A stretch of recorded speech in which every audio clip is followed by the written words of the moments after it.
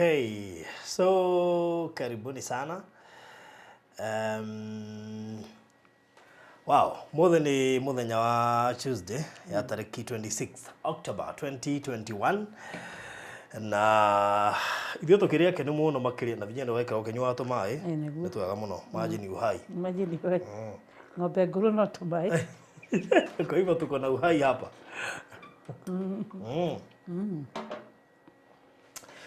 Akamwambia tugeshamelio rangi. No gwatire ndungine. No turahoka one day one time. No tureshamelio rangi. Yes. Riu karibu sana mwirori wa barothi wa thayo na thangiũ mũno kũrĩ arĩa tũraĩ nao kũrĩa mwana wa Nakuru Nax. Na ha mũgũnda by the way ndĩrarĩkwanĩra wĩ harĩa Kikopĩ. Mũgũnda mũthaka mũno makĩria wa ĩka ĩmwe. Mũgũnda mwega. Ndĩronie mũkawa mbica ĩrĩa post. Ndĩwoni ndĩkũciona. Woi reke ngũire. Ndĩrathiĩte Mombatha gwĩka atĩa. Kaba kũu. Ndĩkuona. Wa kũkũ nĩ. Na no mene kũ Kikopĩ. Kikopĩ wĩingĩre hau. Actually kuma harĩa mũgũnda ũcio ndĩrendagia wa ĩka ĩmwe na ũroima ciringi mirioni 3 ĩkomwo nĩ ekwenda kuma barabara-inĩ nĩ kĩndũ kilomita 4 kana 3.5 3.5 kilometers na gũka haha mũkawa-inĩ nĩ around 3 kilometers. Wow. Tũrĩtiganĩte na actually nuthu kuma mũkawa-inĩ gũthiĩ he mũgũnda-inĩ ũrathiĩ magũrũ nĩ handũ hakuhĩ mũno. Rĩu no wakĩona maica kũrĩa magĩrĩire gũkona nĩkuo ndĩrona ta nĩ tũrathiaga kwĩra kĩkũrĩa ngũciona Ndithemba ĩno rĩ tũgũthiĩ kũu nĩ kũretwo atĩa kũretwo Lake Elementaita Nature and Resort no ndagĩkwĩra maica Kareni afupisha niko nikuo gũkũ nĩkĩrĩ gũthaka nĩkuo tũgũthiĩ alafu tumaica tũtirĩ na goro kũu tiga ũrĩa twambũrũkirwo kũrĩa ndoi kũ ayayaya kũu nĩ kwega mũno kwanja na kũu nĩ kwega kwanja na to selfie rĩu kũguo mũndũ enda na actually hau no ũthi wake mũkawa tondũ no acio makĩtio mũkawa mwega wĩ no wake mũkawa kũndũ kũu nĩ gũthaka mũno so mũgũnda ũcio nĩ wĩka ng'ima ĩka ĩkoragwo na broti 8 kana broti 7 weheretie bara so we are talking of 3 million a whole acre na tena rĩu barabara ya gũthiĩ Naikuru kuma harĩa ĩrĩ less than 10 minutes gũkinya harĩa mũgũnda ũyũ ũrĩ is around 3.5 kilometers kuma highway so nĩkĩ twacokire tũragera kũrĩa Naivasha harĩ kĩa kĩngĩ nĩkĩ tũrendagia hau kĩa ita by 100 kiloima shiri na actually survey ũrĩa tũraĩ nake madam rĩ ningĩ nĩ kwao rĩu nao nĩo marendia na nĩ mũgũnda mwega by the way ũroima 2 million no ũcio nĩ negotiable ngo mũndũ ũngĩenda no arie na ithuĩ kũhĩtũkĩra 0798 008 008 0798 008 008 mĩgũnda ĩyo ĩrĩ ũngĩenda rĩ ongea na sisi nĩguo. Yes, so I hope you good na rĩu niĩ gũkũ tũtikĩrĩgaine na nĩ twĩ na thayũ na ũtuĩka nĩ gũkĩgĩte maũndũ maingĩ haha na harĩa na tiga ũguo kumaitigana rĩ ndiakĩonire maũndũ marĩa maragĩthiaga na mbere kũrĩa social media kĩrĩkĩo ndambire gũgũkirĩra nĩgetha twambe twĩbange na twambe tũcokererie ona no kĩo gĩtũmi kĩrĩa gĩatũma Kiswahili kwa nini hamsemi Kiingereza mkisema hata Kiingereza jamani pole sana Kiswahili kila mtu ni Kiswahili huko tulikuwa kwa lugha ya Kiswahili. Felicia Hutchinson please start your apology hapa online. Hakuna Felicia amekuja alafu akarudi. Felicia alikuwa amesema anatuona. Felicia alikuja na akarudi. Hapa hatutaitikia lakini vile tunafanyanga. Hata najua Penina mpora Benjamin nilikwambia kwa huku anangoja tu kidogo. Hapana Penina tena na yeye arudi aanze kutupea apology kwa majuu. Tunafanyanga hivi hatunaga ati shida mingi. Huyo Felicia anatoaga tu ya macho tunasahau. Tunasemaga tu ya macho tunasahau. Kwa hivyo Felicia as usual toa ya macho hiyo story tukanyangie. Ni sawa? Hiyo tutakanyangia. Yes. So anyway aki huku Kiswahili nilikuwa nimeambiwa kila mtu Ivan Borini imagine na nikasahau na wewe ndio umeniambukiza ni unajua Faruthi TV ni ya Kikuyu. So we are used to this. Hiyo program nyingine imetoka kwa Kikuyu. Lakini sikumbuki huko kwa Virginia. Watu wako kote duniani. Ni ukweli. Hata wagu wenye wako kote duniani wanajua Kikuyu. Ni kama wanajua. Mimi nashangaa kwa nini wako wajui Kikuyu? Hii kitu ni kama international language. That is thank you. Fresh anasema woi please naomba msamaha. Fresh unajua lazima ujielezee vizuri. Huwezi omba msamaha haraka. Pole pole. Unajua vile tunakupenda Freshia. Kuna rafiki yangu aliniguzia kwa nini alienda mbio. I mean hakuwa anatarajia kwenda kwa wakati alienda. So kuna kitu ilitokea ikabidi aende. So anakuelewa Freshia. Lakini hiyo haifanyi usitoe fine. Unajua hiyo nimekuongelelea kidogo. Tena huko kuongelelea. Kuongelelea kidogo. Tunakuongelelea kidogo. So usiseme ati hakuna fine. Hata kuna mahali nilisema na nikaona akina Bo amecheka. Nikamwambia umekuja sana, mumekuja sana. Okay, yeah. So Freshia fine bado iko hata kama tume hapa tumekuongelelea behind the tent. Yes, behind the tent. Sio hapa usimwabilirie hapa. Behind the tent. Tufanye hiyo maneno kama kawaida. Wasiseme tunakulaga ya macho, kwa hivyo hiyo ongea pole pole. Hatukulagi ya macho by the way. Ni vile ya Freshia si kama ya macho. Sio kama ya macho. Hatuwezi hesabu ni ya macho. Unajua tumeizoea. Hiyo ndio kweli. So I have not been able to meet Virginia since the expo yenye ilifanywa online. Na that's why tumedelay kidogo. Unajua mimi nataka kwanza mawigu ipite, mvua ipite, baridi upepo ipite. Kwa sababu unajua shetani naye anakuwa tayari kufanya anything. So that's why I've been so silent. Kuna watu wengi sana walitaka niongee. Mimi ni nani? Siwezi ongea, ilibidi ninyamaze.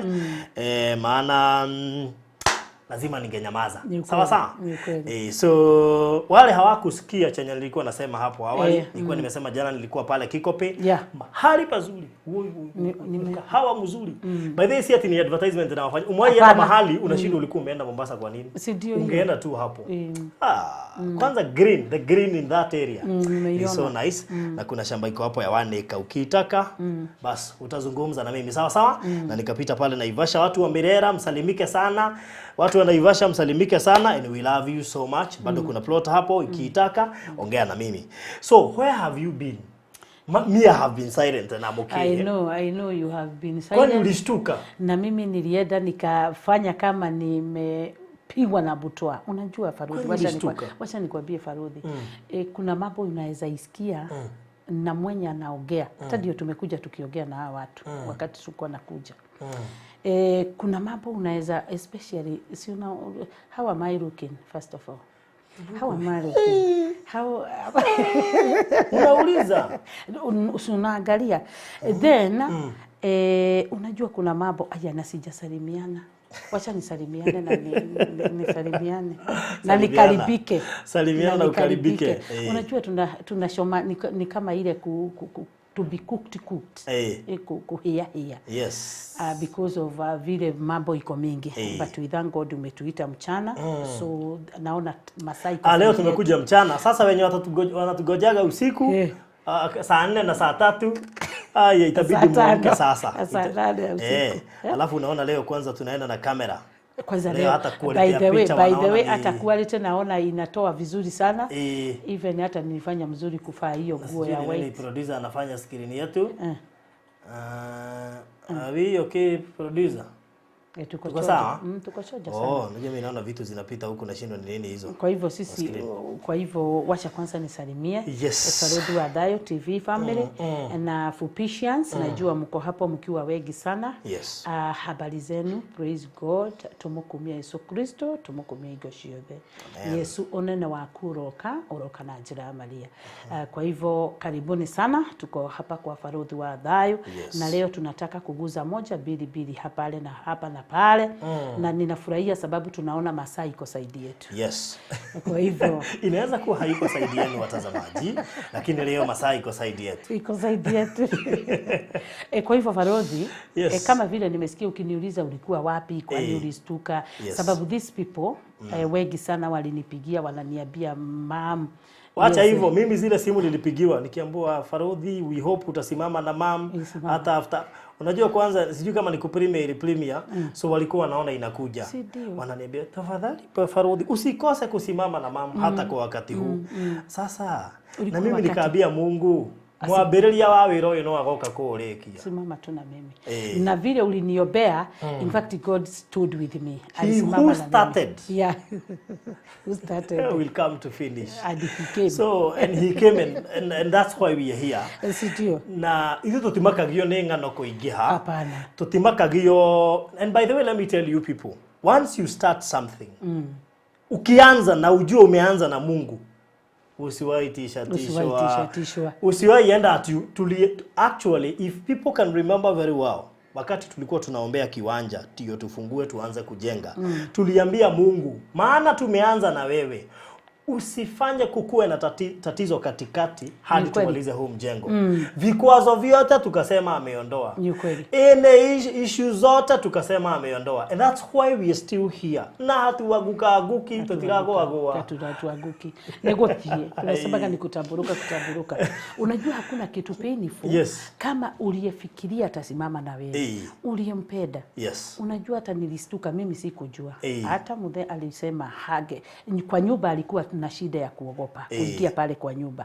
Sababu kube aliona kisu. Kube anasema nilikuaga na kisu nakaa nayo kwa bedroom. Kwa hivyo kila wakati akikuja akiona hiyo kisu na anaona nitamumaliza. Akaona hakuna maja ya kumalizwa. Lakini yenye ilinistua sana.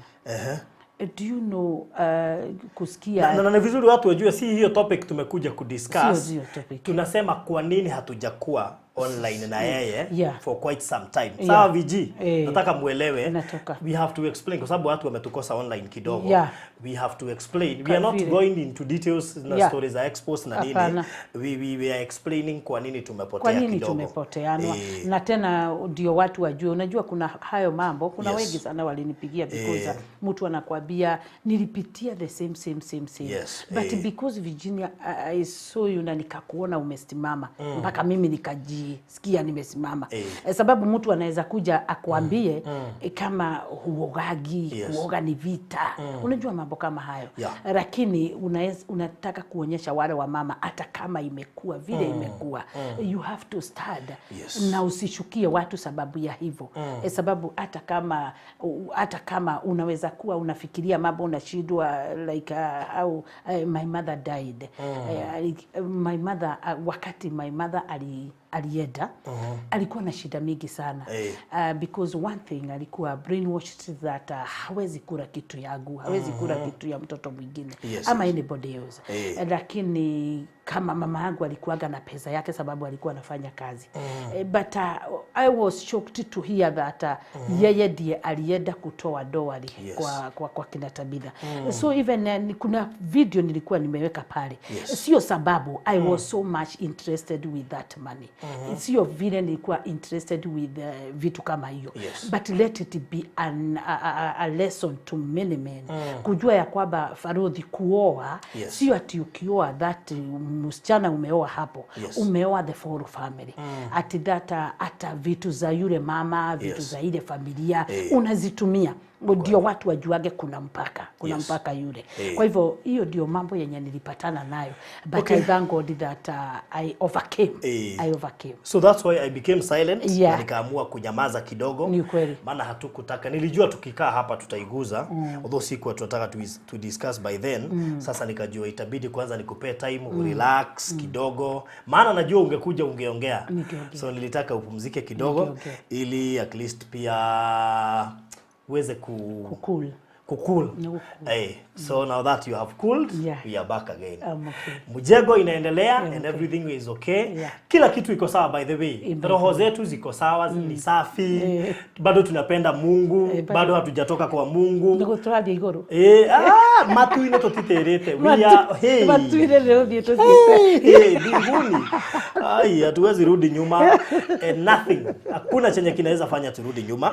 So welcome so much for Patience and Farodhi Other TV fans. We love you so much.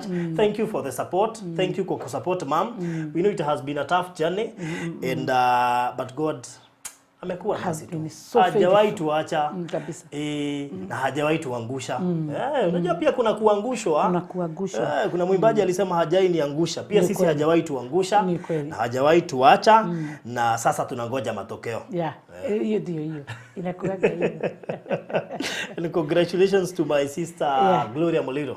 Wow. Sijui umeona amepata anaitwa mshikaji. Ndiye alisema sasa nagoja matokeo kwa wimbo wake. Si ndio hiyo. Inakuwa hivyo. Hata hapa tunagoja matokeo. Kwanza mimi natoka nagoja. Si hata si ajuba tunagoja matokeo. Hata mimi nagojea. Si ndio hiyo. I know after this. Hiyo ndio. There will be a celebrations. According to God. So thank you so much. Na kila kitu iko sawa. So we are off the other topic. Hiyo story ilienda hewani. We are off that topic completely. And let's come back once again. Na ndiyo tuweze. Please, so if you are talking about that issue, please just to drop it. We are now here na tumekuja stories zingine. Si ndio? Kwa hivyo kama ukiona mtu anaongelelea hiyo mambo ilishapita, ujue sasa yeye bado wako huko nyuma. Sisi akina Vijina, akina nani mwingine nimeona akina Hapesol, please let's forget the past and then we focus. Tuende mbele sisi. Yes. Twende mbele maana huko ndio kuna Mungu. Gutaburuka sasa. Ni hari undoje kaga na nekoliganirwo. Nikoleje kete atia kwenye nimepita tayari. Aya, kwani tutatoa collab na wewe? Wewe hiyo hivyo ni ya wenyewe. Hivyo ni ya wenyewe. Okay.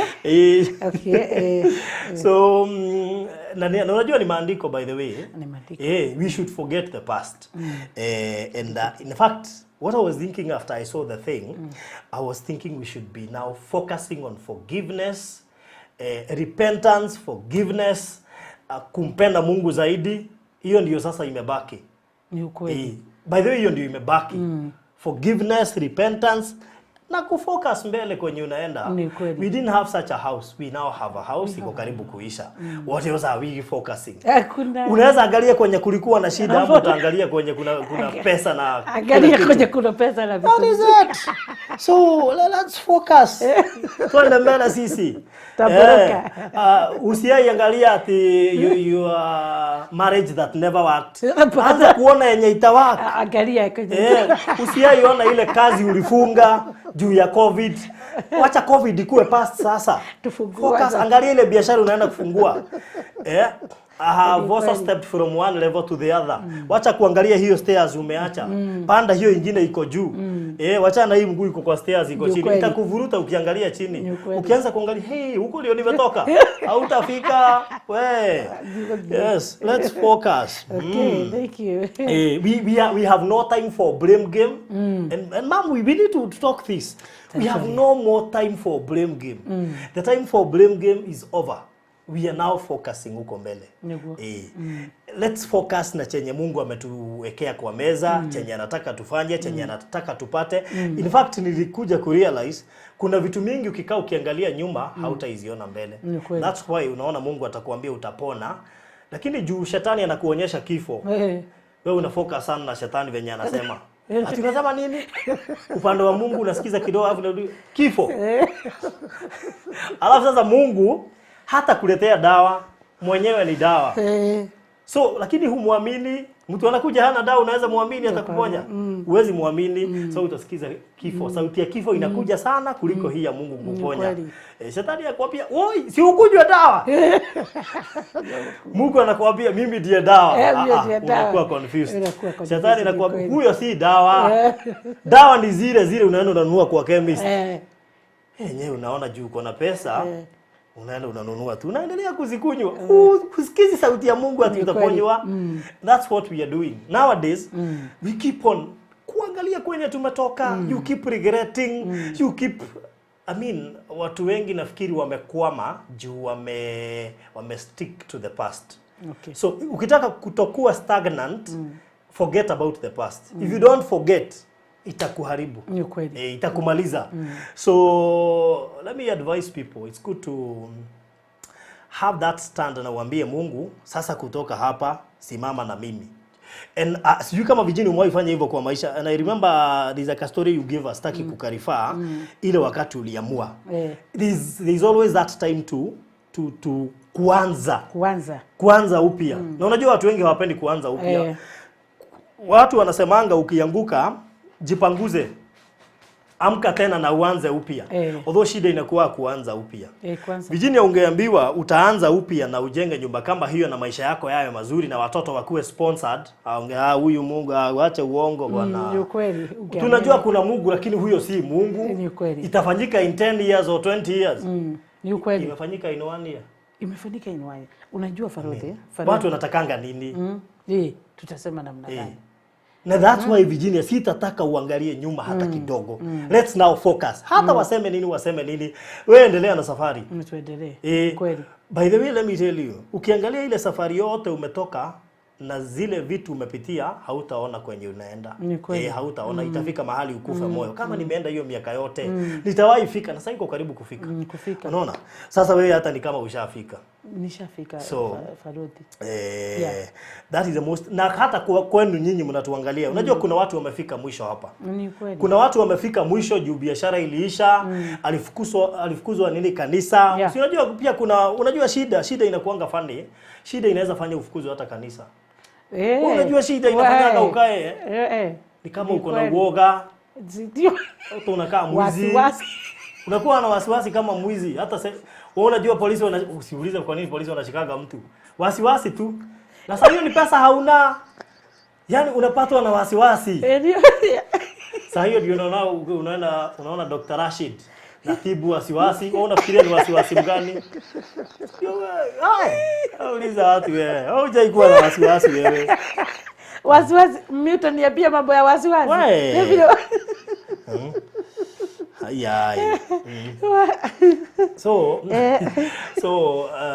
Najua kuna watu wengi hapa wanatutazama, kuna vitu zimewafuata, rejection. Na nimekuja kurealize ni kama kila mtu anafuatwa na rejection. Rejection ni baya.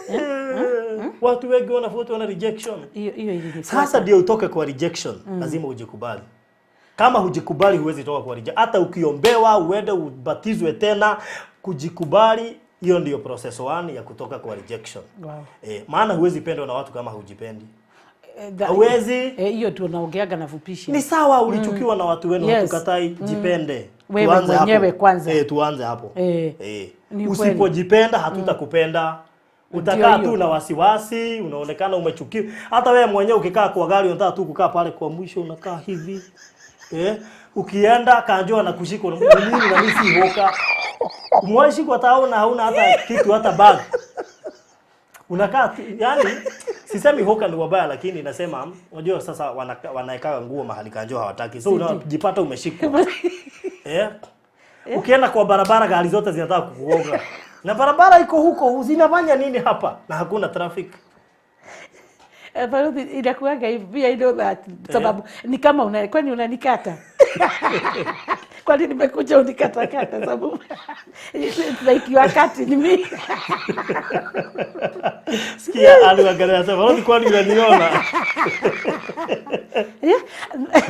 Unaonaga watu wale wengine ndio wanavaa vizuri, unasema hata utaamuka bahari. Ukiwa na rejection kila kitu inakuchukia. Ukienda kushika dhamo sinaanguka. Ndio sasa. Hasara, unaendaga hasara. Ukishika kamera kama hii, ujui kitu inakutega. Nyinyi wote chini, wewe, kamera, kila kitu. Mko chini. Ukienda kufunga mlango unajifinya. Ukienda bahari ndivyo unasema. Kiatu ni mpya ukienda kufanya hivi uvai inararuka. Unapatana na polisi wanakuuliza hata wewe ulikuwa unapatana na polisi na hauna makosa, unatoka mbio. Wanakukimbiza, walikuwa wanatafuta mwizi, lakini juu hawapati mwizi na umetoroka.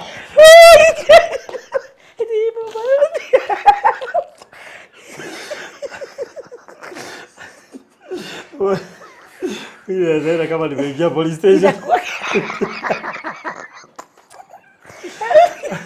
Hakuna kitu baya kama rejection. Unaenda kushtua mbwa. Mbwa inakukimbia. Inakugeuka. Ni kama you are rejected by the situation you don't know. Nilienda kuongelelea kina Jimmy. Wakati Jimmy sasa wamekuja. Si unaenda shule na umefuatwa na hiyo rejection kila mahali. Unaenda kujaribu kuambia mwalimu. Huyu mtoto hata ya kukula hata vile tunafanya kusaidiwa na watu. Mama anakuangalia na kuuliza kusaidiwa na watu. Hapa hamwezi pata hiyo shule. Unaona mama tena anakuambia no vacancy. Na unaona unajaribu kumuelezea kama unasaidiwa school fees utalipa na nini? Unatalipa na nini? Wewe ndeni kwa hivyo. So nilikuwa nataka kumaanisha if you are rejected, love yourself. Start from loving yourself. Hakuna mtu atakupenda kama haujipendi. Hakuna mtu atakukubali kama hujikubali. Hakuna mtu, umewaipatana na mtu anakuambia, "Mom, let me bless you." Ashaona umejikubali.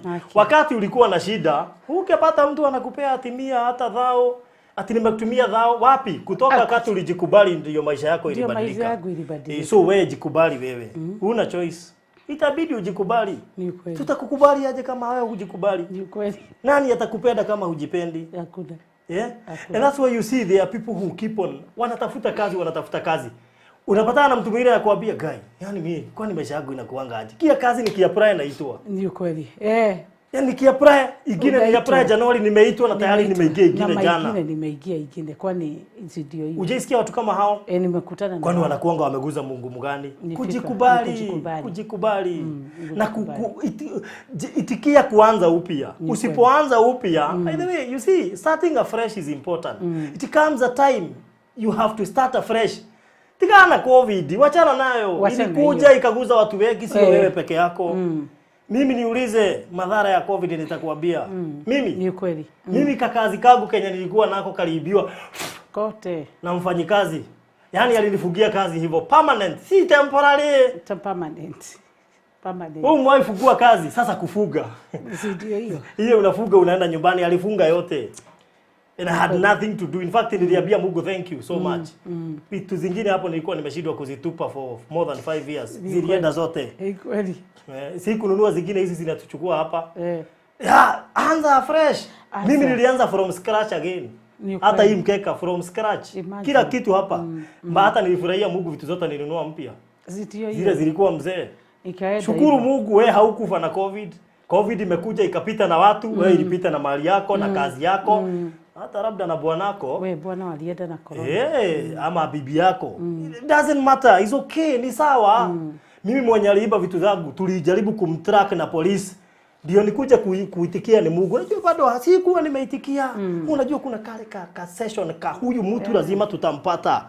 Unapata na rafiki yako na huyu jamaa hata tumekutana naye hapa Ludhuli juzi. Unamuona huyu jamaa ako tu within Nairobi. Ndio. Nikaenda pale Central Police Station. Tukamtafuta. Hapatikani. Ukienda kwa unabuo aenda kwa DCIO atakusaidia. Nani akusaidie? Mungu anataka uanze afresh na anataka kusaidiwa uretrieve zile vitu zako mzee. Ilifika mahali nikaambia Mungu kumbe ni wewe. Ni kweli. Nikaanza upya. Ni kweli. And here we are. Ni kweli. Start afresh. Itikia kuanza upya. Ukiibiwa achana hizo zimeenda. Kwa nini zimeenda? Hujui, so anza afresh. Mungu atakupea pesa za kuanza afresh. But usipokubali, because when one door is closed, there are so many people wanaendaga fasting pafungue hii mlango. Haifunguki. Ndio hiyo. Wewe yaga fast we. Wewe fast hiyo we. Ndio hiyo. Die fasting hiyo. Die basi die katoroni. Hiyo mlango imefungwa. Afia Mungu hiyo ingine basi. Ifunguke tu tusonge mbele. Hii mambo ya kushida ukililia kwa mlango Mungu amefunga utaacha. Mungu anafungua ingine. Sawa sawa? So and that's even mom. Mungu alifungua mlango na tena hii ni mlango ya maisha. Ni ya maisha kabisa. Yani where your future lies, there is a lot of smoothness, flow, blessings, marafiki wa ukweli. I mean, tunataka nini ingine? Wewe ukililia kwa hiyo mlango itakufinya. Ni ukweli. Ulevya gotulia maru hau ukagwa bobwe. Unafukuzwa? Hapo unajua kuna watu Mungu anapenda. Kabisa. I know. Gikato ni gikuigereirwo iguru kuge yako gwira mutwe. Wacha kuomba toka hapo. Ondoka. Utaumia na haitafunguka. Ni kweli. So please Ngojea Mungu afungue mlango ingine. Kama singegojea. In fact today mimi ushukuru Mungu na mwambia, yani Mungu, yani ulifunga mlango ndio ufungue hii. Si ungefunga hiyo mlango kitambo.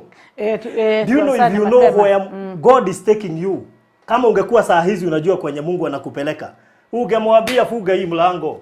Hata najua kuna watu wataanza kuambia Mungu hapa ndiko funga hii mlango. Funga hii mlango na hata kaingine. Aya, na ni ukweli kama mtu angekuwa kwa doto. Me I wish I knew. Ningeambia Mungu afunge hii mlango 2015.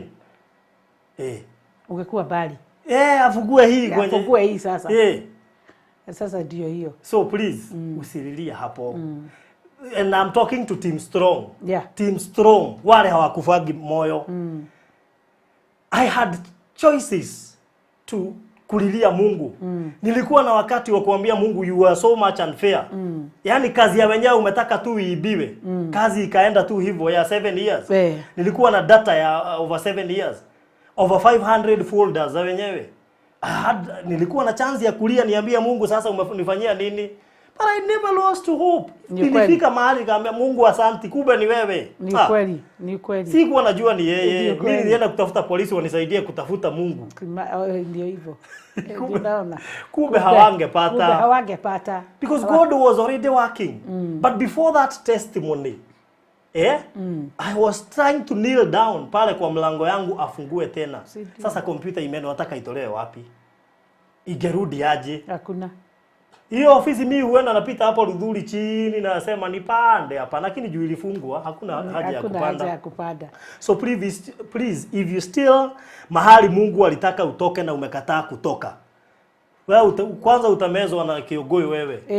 Utolewe hapo upelekwa kwa baraka zako. After 3 days. Yes, there are so many things, there are so many businesses. Hautarudi kukaa hapo. Kuna vitu mingi sana Mungu akizikataa. By the way, it's good to discern. Ni vizuri kukua na ile discernment. Nigetha wiromo wahingo kamenya ucio ni Ngai wahinga na anataka kufungua ingine. Ile anakupeleka. If you really know utoka kwa hiyo mzee. Mahali anakupeleka. Anyway, sikuwa nikuja nihubiri na nimeona kama tutakupea siku moja, sijui kama ni morning glory fupisha ama ni jioni. Tumpatie siku moja atupatie the word of God. Ama ni Sunday service mtaniambia.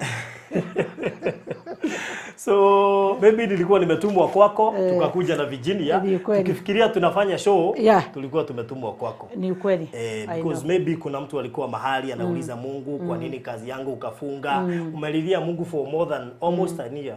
Kutoka katika COVID ilikuja unaambia Mungu kwa nini unifanyie hivi? Mungu nimekuhudumia miaka na miaka. Nimekuwa mwaminifu kwako. Mungu nimesaidiana wakati wa COVID. Lakini mbona ukafunga biashara yangu? Ni ukweli. Mungu anacheka na kuambia si utoke hapo. Ni ukweli. Toka tu hapo mlango ingine. There are so many people God will not open their doors. Maana wamekatalia kwa ile milango mzee. Ni ukweli. Rudi, ni ukweli. Kuna watu milango yao imekataa kufunguka. Ile mpya sababu bado wako kwa ile milango ilifungwa. Wako tu pale. Ulio hali ya murango ini ukiuga bu ukiugagereria. Thio mafiu. We thio mafiu we. Thio mafiu. You have to make gainiada mundu ratwitua. You have to make that step. Move. Walk out. Walk out from that house. Ulijifungia kwa nini ati juu biashara imefungwa? Toka kwa hiyo nyumba. Ni kweli. Walk. Onyesha Mungu unataka kusonga. Ni kweli. Si hata gari wewe inapata pancha inakuja na badilishwa na inasonga. Kabisa. Badilishwa pancha, songa sasa. Songa mbele. So anyway, thank you ma'am. I've taken over your show. So welcome back. Tumefurahia sana. Appreciate. Huku ndio nyumbani na tumesikia vizuri sana. We feel good when we are together.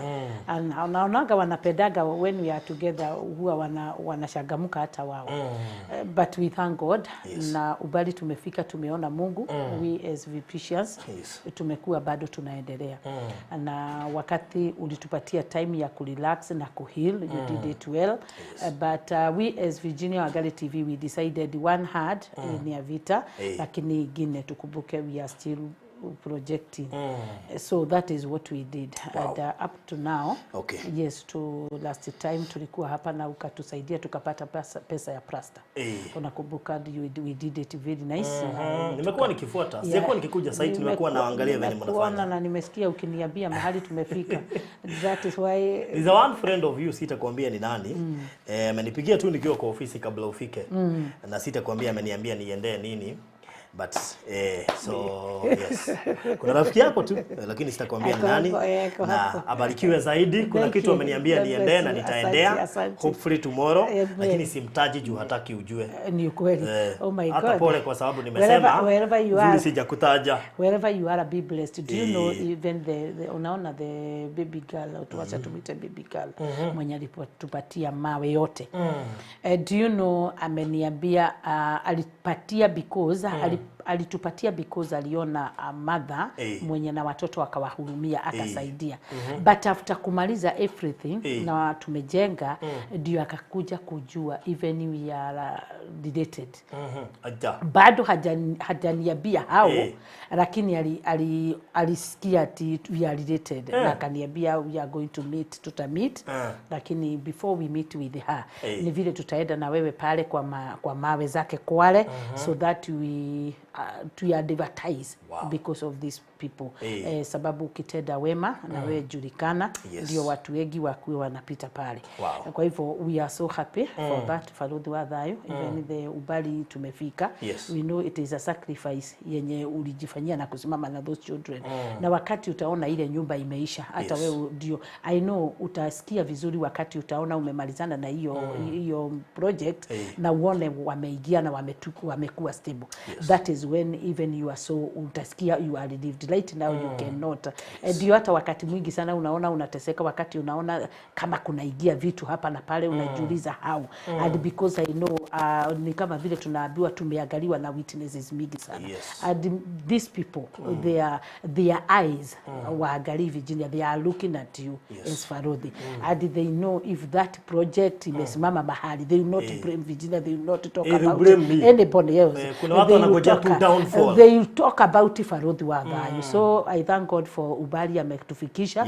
And I know because that is your crown. Wakati tutaigia pale you'll be, that is your crown and God will pay you. Right now ndio hiyo fupisha tumeenda kama vile tulienda tukafika fence. Now we are doing a perimeter wall. That is where we are. Na right now tunakumbuka unajua obvious tukikaa na Virginia mahali na mwambianga sasa nataka mfike kiwango hiki. Nataka mfike mkifika hapo ndio nitarudi. I remember you telling. Nafupisha mmenifurahisha. Thank you. You are doing a very great job. Thank you. Because unajua ni vizuri kuonyesha hata kama tunakujengea ni vizuri pia tunakupea nafasi una participate. You told me ndio watu waone ulikuwa interested na jibu. Unajua tunaweza jenga watu waseme na kwani Farodhi anajipiganisha usiku mchana na Virginia haonekani yakiwa I know. That is how you advise. The Farodhi wa Thayo advised me that akaniambia lazima uonyeshe so that you ukue na ile uchungu wa ile nyumba. Uonyeshe watu uko na uchungu ya ile nyumba. Unajua ukipewa kila kitu sababu hata hujajua utagharabika. Ndio utakutaga hiyo meza ishakufa. Unakuta huku na hauna uchungu. Hata hauna uchungu sababu ukuta ikigongwa iskarachiwe na ina rangi na imepakwa juzi hauna uchungu. Ushughuliki. Nilitaka asikia kako ka uchungu sasa. I'm so happy because ulinifunza kitu. Na hiyo imenifanya mpaka nikuwe I was telling them right now hata ulinifanya wewe nikuwe right now Farodhi ukianza kujenga uniweke pale uniambie Virginia niko na program hii na hii but Virginia take over. Sasa hata ukaulizwa nyumba inaanzaga wapi na inamalizikanga aje utasema tulianza hivi tukaenda foundation tukapanda tukanunua mabati tukafanya nini and that's what. And I think sasa hiyo ni kukuweka roho gumu kama ya mwanaume. Nakwambia you hardened me because right now I'm able to start and kuuliza hii bao inafanya nini? Nikikumbuka hiyo bao nilienda nikapimiwa na viti. Unaona? Sababu mimi ni wale tulikuwa unasikia bao zinanunuliwa, unafikiria zinanunuliwa zote zinaletwa. Unaona wakati nilikuwa nauza uji. Si unajua tulikuwa tunapitia site. Ni pale unakuta kabao, unachukua, unabeba, unaenda kuwakisha moto. Unaona? Sababu ziko wapi? Ziko kule. Haukujua uchungu. Lakini saa hii unaenda unakuta unauliza inafanya nini hapa? Iwekwe pale. Nikikumbuka bito. Isikuwa iko hapo ishikilie slab na unaenda kuota nayo moto. Sikudhani hiyo bito hiyo mti it is very expensive. Sababu hizo ndio nilikuwa nikienda. What have you learned from the building itself? Let me tell you. Do you think kujenga ni rahisi? Kujenga sio rahisi. Do you think tumetumia pesa kidogo hapo? A lot of money. Hata ukaambiwa uhesabu hauwezi itikia. Hata ndio nikawaambia, do you know kujenga nimekuta kama ni ile nyumba na ndio utakosana na ndivyo unakosananga vile unakosanaga na bwana. Sababu in the morning ndio nilikuwa nawaambia unapatia mzee budget. Unamwambia hakuna mafuta, hakuna mchele na hakuna chumvi. Wakati tu mzee ameenda una realize kumbe hakukuwa na viazi, kumbe hakukuwa na hii. Kwa hivyo mzee akija jioni ukimwanza kumhesabia anakuuliza pesa ilienda wapi. Do you know? So nimekuja kujua hivyo. Kwa hivyo mjengo sio rahisi. Na wale wanataka kujenga, it is not a simple job. I know we shall assist most of them. Maana tukimaliza nyumba ya Virginia niliwaambia kuna watu wengi sana tutasaidia kujenga. Na kwa sababu kuna watu wengi sana wametu request. Lakini ni vizuri niwaambie, even as you prepare kujenga, prepare pesa.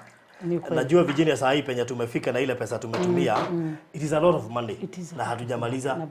But what makes me feel that we are in a better position, it's because tumekuwa tukigadi hii nyumba.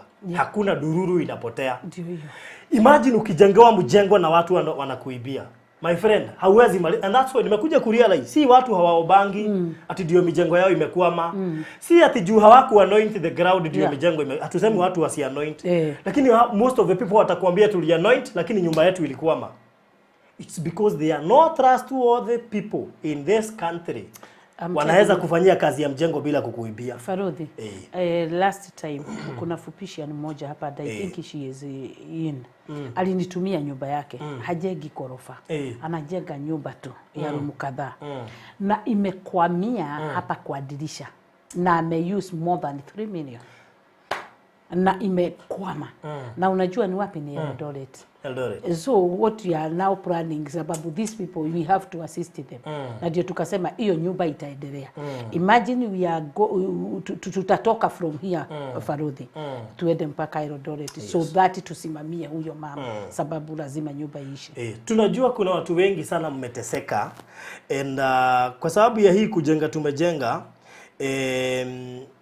tumekuja kujua okay nilijenga nyumba ya Hiram ni sawa lakini as you continue building more houses inakupea experience na unaona mtu akichukua tu kasimiti kamoja hivyo amekupeleka hasara maisha kasimiti kamoja tu hivyo achukue akuje achukue mbao kama 2 hivyo aende nazo amekupeleka hasara kubwa sana hiyo nyumba inaweza simama. So for those people wenye wako diaspora na pia wenye wako kule Gulf na kwingineko they are still struggling kujengea. Kuna mmoja nimeongea na yeye juzi anajengewa na familia yao. Wamemuibia na ni mamake anajengea. Yaani watoto wenu wanakuibia na unajengea mamako na wao walikataa kumjengea. Lakini wamekuibia. Unaporwa na sister yako unaisha. Sasa matika na nyabura witu gathire na kuna yetu tumagira bia. Hiyo tumia simiti. Unakula yote. Yatatuma zingine huko wanapata pesa sana. Nani aliambia watu pesa diaspora pesa iko mingi? It's like they wanaitoa unajua kusui. Hata ihata kagirelio gwa diaspora makoya. Those people some of them do a lot of mawira magege nyotage hota kuruta. And they sacrifice. Bwana kutumia hiyo 100k uendelee kujenga si ndio oya yako nayo akashikia muhuko kuko na bia nyingi kuko kuna pesa nyingi and I think that's the same mentality tuko nayo na wazungu ukiona mzungu unaona pesa kuna mzungu maskini Uje ipatana mzungu akiwa njaa. Aya, by the way, mimi ni mmoja wa wao. Mimi nafikiria wasugu wote ni pesa. Hata ukisikia mtu ameoleka na white, unaona pesa. Ni vile na waogopa, but I believe in money. So ni vizuri tuseme so many people have gone through hell wakijenga and we believe Mungu atatusaidia pia tuwasaidie na wenye pia hawataki kuhusiana na watu wao we shall put it private kwa sababu kuna watu wananunua mahali na wanataka kujengewa ili wakikuja wapate nyumba ya kuretire. We shall do that but under certain circumstances ndio pia tuhakikishe kila kitu iko sawa. So nyumba imefika wapi? Sahi. Unajua na kaanga na kuona heading to the site. Heading to the challenge. So where are we? Lakini tuko sawa. Huyu mama tunataka aingie kwa hiyo nyumba haraka. Thank you. Yes, tunataka hiyo nyumba aingie kwa haraka. In fact, we are hoping by December hiyo nyumba atakuwa ameingia. Na ni kweli Farudi. Which is possible. Hiyo nyumba mahali imebakisha. Tusipokwama juu ya pesa. Tusipokwama juu ya pesa. I'm telling you right now ati by December mama atakuwa anaingia hiyo nyumba. Amen. Amen. Gate iko pending, tuko nayo tayari. So mwenye alitoa pesa ya gate, mom, thank you so much. The reason as to atujanunua gate, pesa ya gate iko in dollars. By the way, iko in dollars. So iko mahali. So once hii perimeter wall imeisha, ni gate tu tutanunua na ifixiwe. So pesa ya gate haiingii mahali pengine. Hata asubuhi waliniambia Farodi, asubuhi morning glory, hiki morning glory ama fupisha, waliniambia Farodi, we will guide you where to buy a strong and beautiful gate. They said that. Kwa hivyo Farodi, tumeenda vizuri. Nyumba ndani tumemaliza plaster na floor imemwagwa. Kwa hivyo floor inangoja tu kenye tutaweka. Then I was deciding tukimaliza whatever inaitwa perimeter wall. So nakumbuka vio iko. Yote vio iko. So what you do ni vio tutaweka. Kwa hivyo tukimaliza perimeter wall ni vio. Tutaingia kwa vio. Yaani plaster mmemaliza kila mahali? Mpaka juu kote. Na kuna dirisha ziko huko na milango kila mahali. Hatuna huko hatuko na whatever. Because sasa tukiweka vioo ndio hawa watu wa wiring. Unajua we have to secure the wires sababu ni very expensive. Kwa hivyo tukiweka hiyo dirisha na hiyo vioo na milango iko kufungika. Kwa hivyo nobody atajua ile kazi na gate pale iko. Hakuna mtu atajua ile kazi inaendelea. Kwa hivyo kazi nyingine itaisha kama watu hawaondi juu tutakuwa ndani. Kila kitu imefungiwa. Sasa tunafungiwa. Huko ndio tutakuwa tunafanya hivyo. The same time tunaweka gutters. Zile gutters tutakuwa tunaziweka na kuna manhole tunatengeneza pale ile itakuwa inaenda maji ya mvua. Kuna tapu imewekwa mahali. Kwa hivyo kuna tapu itakuaga ya maji ya mvua. Ni digital. Unajua ile nyumba au walisema ni digital. Kwa hivyo na mambo ya drainage, mambo ya maji hiyo tulimaliza. Kwa hivyo right now Farudi, today tukifanya fencing. Hiyo ingine sasa tukikuja ndio tutakuwa tukiendelea huko kwingine. So tuko pati ya fencing. Na fencing nafikiri tutamaliza haraka kwa sababu haina mambo mengi, ni mawe, simiti na chuma na kila kitu inakuwa sawa. Hata tuliondoa hiyo, hatukuweka hiyo chuma. Waliweka pillars. Kuna vile wamefanya na pillars. Sawa. So what do we need for now? Sasa yale mawe tulimwaga nilikwambia because the owner mwenye alitupatia tulikuwa tulishikanisha pale tulienda tukakaa kama tunaweza kwama ni juu tulishikanisha plaster na tukaanza the same time na perimeter wall. Kwa hivyo tulikuwa tunaenda perimeter tunaenda plaster lakini plaster tukamaliza mpaka liba. Sasa Farodhi tumebakisha hiyo perimeter wall yenye kumaliza whatever inaitwa reba tutajamalizia na hiyo ukuta vile tutaijega kuna vile itadekoretiwa itakuwa tu uwanja. Kwa hivyo yote na reba na mahali imebakisha na reba itakuwa 300 mpaka reba 300 sababu kuna vile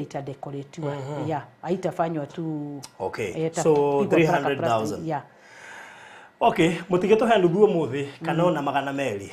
It is possible. It is possible. Tupatie namba mama yenye unataka itumike. 0700 669 503 503. Tupeeni hata kama ni hiyo 150 ama 200k, at least tuko tumebakisha 100k. Wira ucio thire tunataka mama ingie kwa nyumba haraka. Hiyo story isha tujue tunaingia kwa nani next. Huenda kuna rafiki yetu hapa atatuambia nataka muingie kwangu next. Malize. Hata watu wengi sana wameniitisha namba yako by the way, and I have been giving them kwa sababu of the challenges. So na tunashukuru Mungu sababu yenu. Yani there are so many people, hata huyo mwenye amenipigia kabla tuingie hewani, hata huyo alitoa gate, wengine wenye wamejitolea, yule wa kupeana milango. Na hata nimesahau kukuambia about the kitchen. Jana kitchen unajua there this alisema anaitwa Janet. Na akasema kama mnakumbuka tiles. Whatever. Tiles huku chini. Unajua tiles mnatumia huku za kitchen ni tofauti na za choo, za choo side ni tofauti na za chini. Hatujafika huko sababu huyu wa kitchen sababu alikuwa amesema yeye ana donate. Nafikiri the next show tutafanyia huko ili pia tuwaonyeshe venye kunakaa kila mahali. The next show tutafanyia huko. So tutakuwa tuna interchange, tuko site, tuko hapa. Ili at least kila kitu ikuwe sawa. So ni simu gani? Ni simu hii tumepeana na washa nipeane zote bili ama. Kwanza tupeane hiyo ikija kwa sababu ya ward remit. Wacha ni hii. 0700 669 503. All right. Yes. So direnda tuitekire kuheana because we really know and everyone knows that Mungu ametubariki kwa njia tofauti na nimefurahia maana katika hii safari kuna mtu ametoa more than 100k akiwa peke yake. They are here. Watu wengi wametoa 100k hao unaona hapa. Hiyo wanatumaga 5k, kesho 10k, kesho 100 bob, kesho 200. Kuna watu hapa wametoa over 100k as we speak. Wengine wametoa over 50k as we speak na hawachoki na hatutaki wachoke because I know na wanajua vile Mungu amewafanyia. Kuna mtu niliwaambia kuna mtu nyumba yake hii kiisha yake inaanza. So if you don't mind keep giving us, tuko karibu kumaliza hii safari si ndefu. Najua tutamaliza in Jesus name. So nataka tuwapee hiyo namba tena ili kwa uwezo wako na vile Mungu amekubariki uweze kutabidha Kenya juu umetupea 400. May God bless you so much. Asante sana kwa kujitolea kwako. Umetupea 400. Eunice Iburu umetupea 100. Thank you so much. And now that tumerejea, wachani sasa tuende tukimbia kidogo. Ukisikia tu uko na 10k and you are not struggling, itoe tu, ipeane, heana tunakwenda gwaku. Tweka kinde kiria heanaga na guoko gwako utikamenye. Peana tu. Kama uko na 20k peana tu. Kama uko na 5k, 10k, 5k, 3k, 2k, 1k, 500, 200, just give it out kutoka kwa roho. Goria ukipeana kitu kutoka kwa roho uri hago kaundu tamenyaga. So ketutigae guthina muno kana gustrago atikana okona namba ya andu ni ambia ku reduce ha toiga turute. You know, let's give willingly.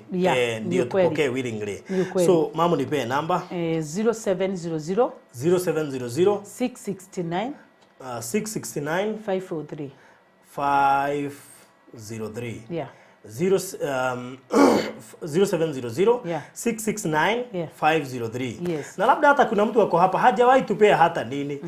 Icio woganireirie ciothe ri tuhe cia matuko macio mothe and we shall be thankful.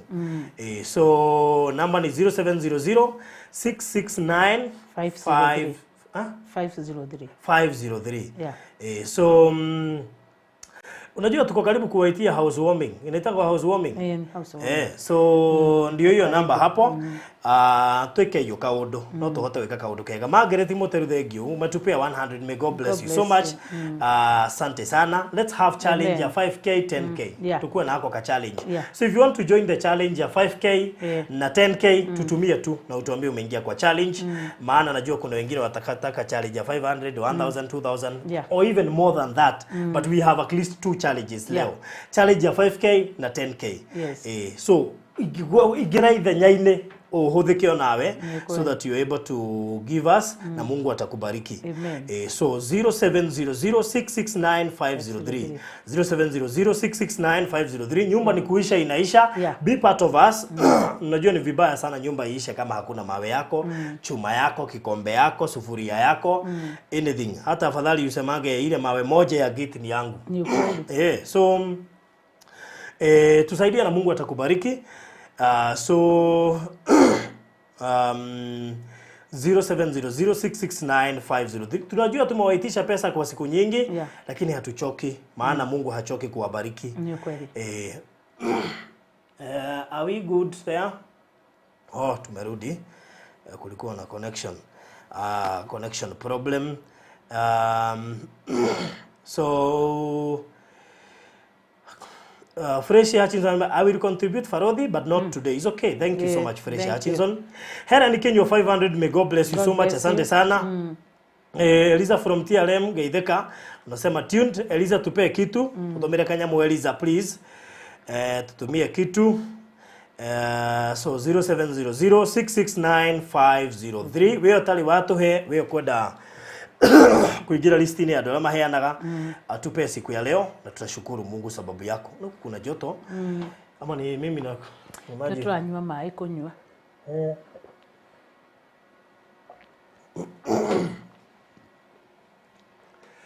So wewe ile challenge unataka kujoin, sisi hatutakwambia ni gani. Ukitaka kujoin ya 500, ya 1000, ya 2k, ya 1k, ya 5000, ya 10000, all what I need is that we support mom ndio tumalize hii mjengo. Hii mjengo imagine ndo koro he nyumbani wako higura nyumba nyingi mno. Labda kuna mjengo yako imekwama. Yaani imegojea hii nyumba iishe nayo iendelee. Kuna watu hawako ifikiria watajenga. Hii nyumba ikiisha hivyo na zao zinaanza.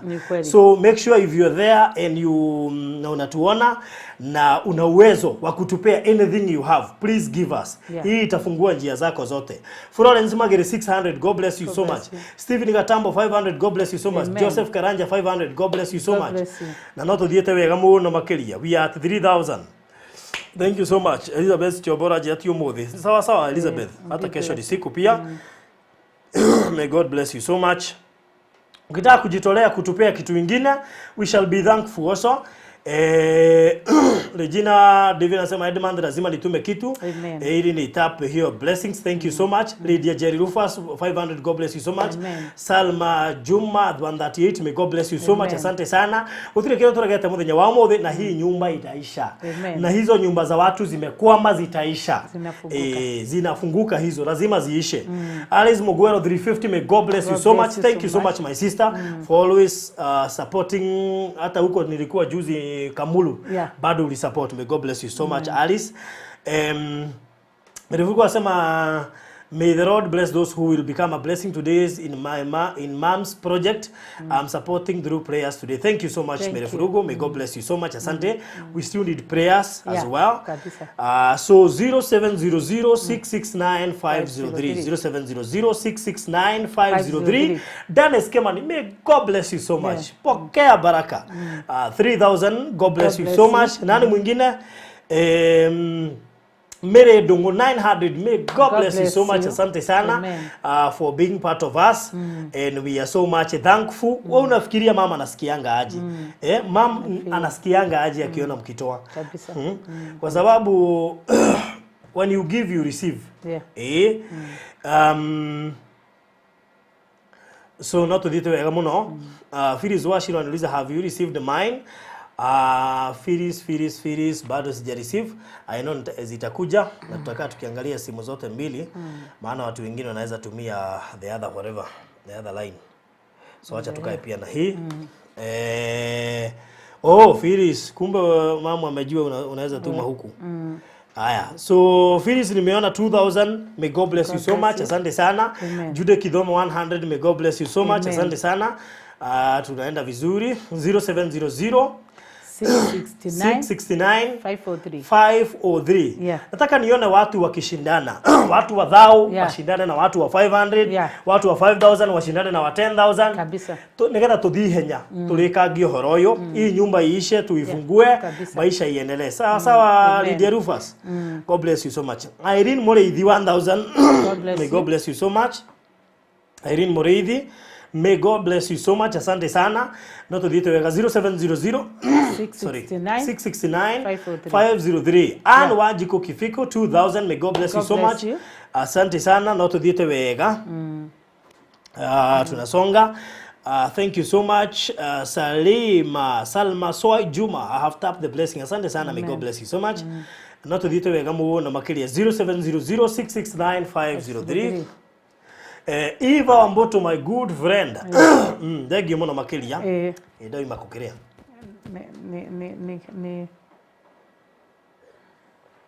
Onyo mayo. Oh, sorry. Okay. Sorry. Sawa. So Monica Wanyoike 5,000, may God bless you so much. God bless Beatrice 500, may God bless you so much. Asante sana, mbarikiwe. Anotidite wega muno. Penina Mpora Benjamin, and I will send my challenge when I get back to UK. Usienda kama hujatuona bebe. Go back to UK wewe. Hai. So notodite wega muno makiria. Thank you so much to the wega. And we are now at 19k. Thank you. The wega 19k plus 2, that is 21k. Not the wega muno makiria. Tunazidi kusonga. Nani mwingine? Thank you Monica kwa sababu umetupia 5,000. Nani mwingine atatuongezea 5,000 ikiwa uko hapo na Mungu amekuwezesha kutoa hiyo 5,000. Please do not struggle to give us. Tupe tu tujenge, tumalize. Unajua watu wanatoa pesa mingi zinaenda kwa vitu tofauti, wengine wanaenda kwa klabu, wengine wanaenda kulewa, wengine wanaenda kufanya vitu hazina maana. Sisi tunataka za kujenga. Kabisa. Tutashukuru Mungu sababu yenu. Kabisa. So 0700 669 503 0700 669 503 tatoa Virginia Wangari Kamotho Mary Eboro 150. May God bless you so much. Asante sana, barikiwa. Anything you give us we appreciate. Chochote chenye utatupea tutashukuru Mungu sababu yako. Sawa sawa. So 0700 669 503. Imagine first 10 minutes umetoa 19,000. Situfanye hivyo tena. Kuna kama wewe uko na uwezo wa kutupea hiyo 19,000 ukuwa peke yako, pia tupe. Na tutashukuru Mungu juu yako. We are almost there. Tugonge at least unajua lazima mkue na levels. Kwanza tugonge 50k, tuende hivyo tugonge 100k. Ndio tugonge 50k ya kwanza, si mniongezee hiyo 29. Niongezeni hiyo 29k. Tugonge hiyo hiyo 50k ya kwanza haraka. Joyce Ngato 200, may God bless you so much. Asante sana. 0700 669 503 0700 669 503. Na tunazidi kusonga vizuri. So najua mmepeana sana, lakini Mungu hasemi usipeane sana. Mungu anataka upeane sana ndio akupee sana. Ukitaka kupewa sana na wewe peana sana. Beatrice Mukunga, thank you 500. May God bless you so much. Sasa tuko 22k. Unazidi kusonga. Najua bado kuna mtu unangoja hapa anitumie 10k, mwingine anangoja hapa anitumie 5k, mwingine anangoja anitumie 20k. I'm still waiting na najua zitakuja. Nagoja dhao yako, nagoja 500 yako. So najua itakuja saa hizi. So 0700 669 503. Mama unataka maji nyingine nikuongezee? Maji weka. Najua ng'ombe mzee ni maji. Maji ni uhai. Thank you. Na by the way ukitaka kuslim, kunywa maji sana. Na mimi sipendi kuslim. Kuslim ni dawa ya maji, maji ni dawa ya kuslim. Na kwa hivyo nikikunywa sana na slim. Ukizoea kunywa maji sana. Kwa hivyo wacha nikunywe kama nimepima. Kwa sababu hii mwili nimeitafuta na nguvu. Mahali umeitafuta. Unajua nimeitafuta sana Farodhi. Wow, joto nayo. Niko hivyo lakini naona tunataka ile naonaga ni fani. Ile ya enege. Hiyo inaitwa namna gani? Enege itadhiororokaga. Inaitwa AC. Hii inafanyanga tu hivi. Iko na kibox. Tuwekewe. Hata washasikia. So Julieta Mukuo 100, may God bless you so much. Sarah Modhori 200, God bless you so much. Amen. Jennifer Gitao 200, may God bless you so much. Asante sana. Na tuwazidi kusonga. Nani mwingine atuongezea? Tafadhali tuongezeeni tugonge 50k ya kwanza. So we are at 22k for now. 22k for now. Ni Morasa anasema Farodhi usifanye mama aache kukunywa maji ya sislim. Unaogopa kuslim? Unajua hii ni nini nimeitafuta sana. Hii mwili nimeitafuta. Nikikupatia picha yako ya 2 years, 3 years, 4 years ago. Unaniambia tu kaa hivyo. Anyway. So Alice Mugoro anawaambia tutoe chenye mtu ako nacho na Mungu atawabariki. Athirio doge. That is the way to go. So was not well, but I'm okay now. I will surely come to see you. Pole Perina Mpora Benjamin. Kwani hewa huku ni kama imharibikia, lakini all shall be well. Tunakuombea upone, maana wewe uko unatusupport. Na hata wengine wenye ni wagonjwa na hawajai tu support pia nyinyi mpone. Wapone ndio tugianwe. Yes.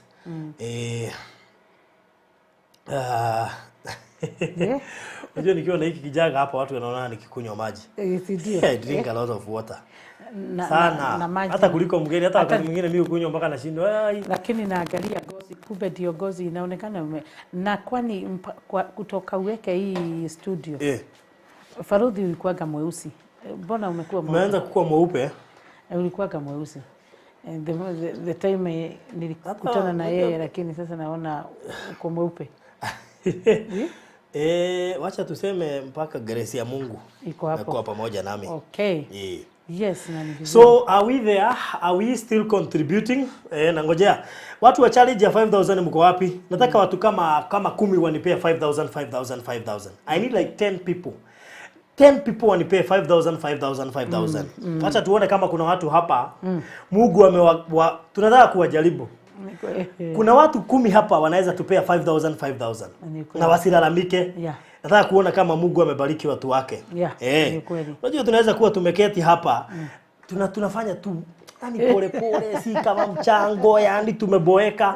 Mungu anatuangalia na shida kai. Wale ni watu wenye nilibariki jana. Wale.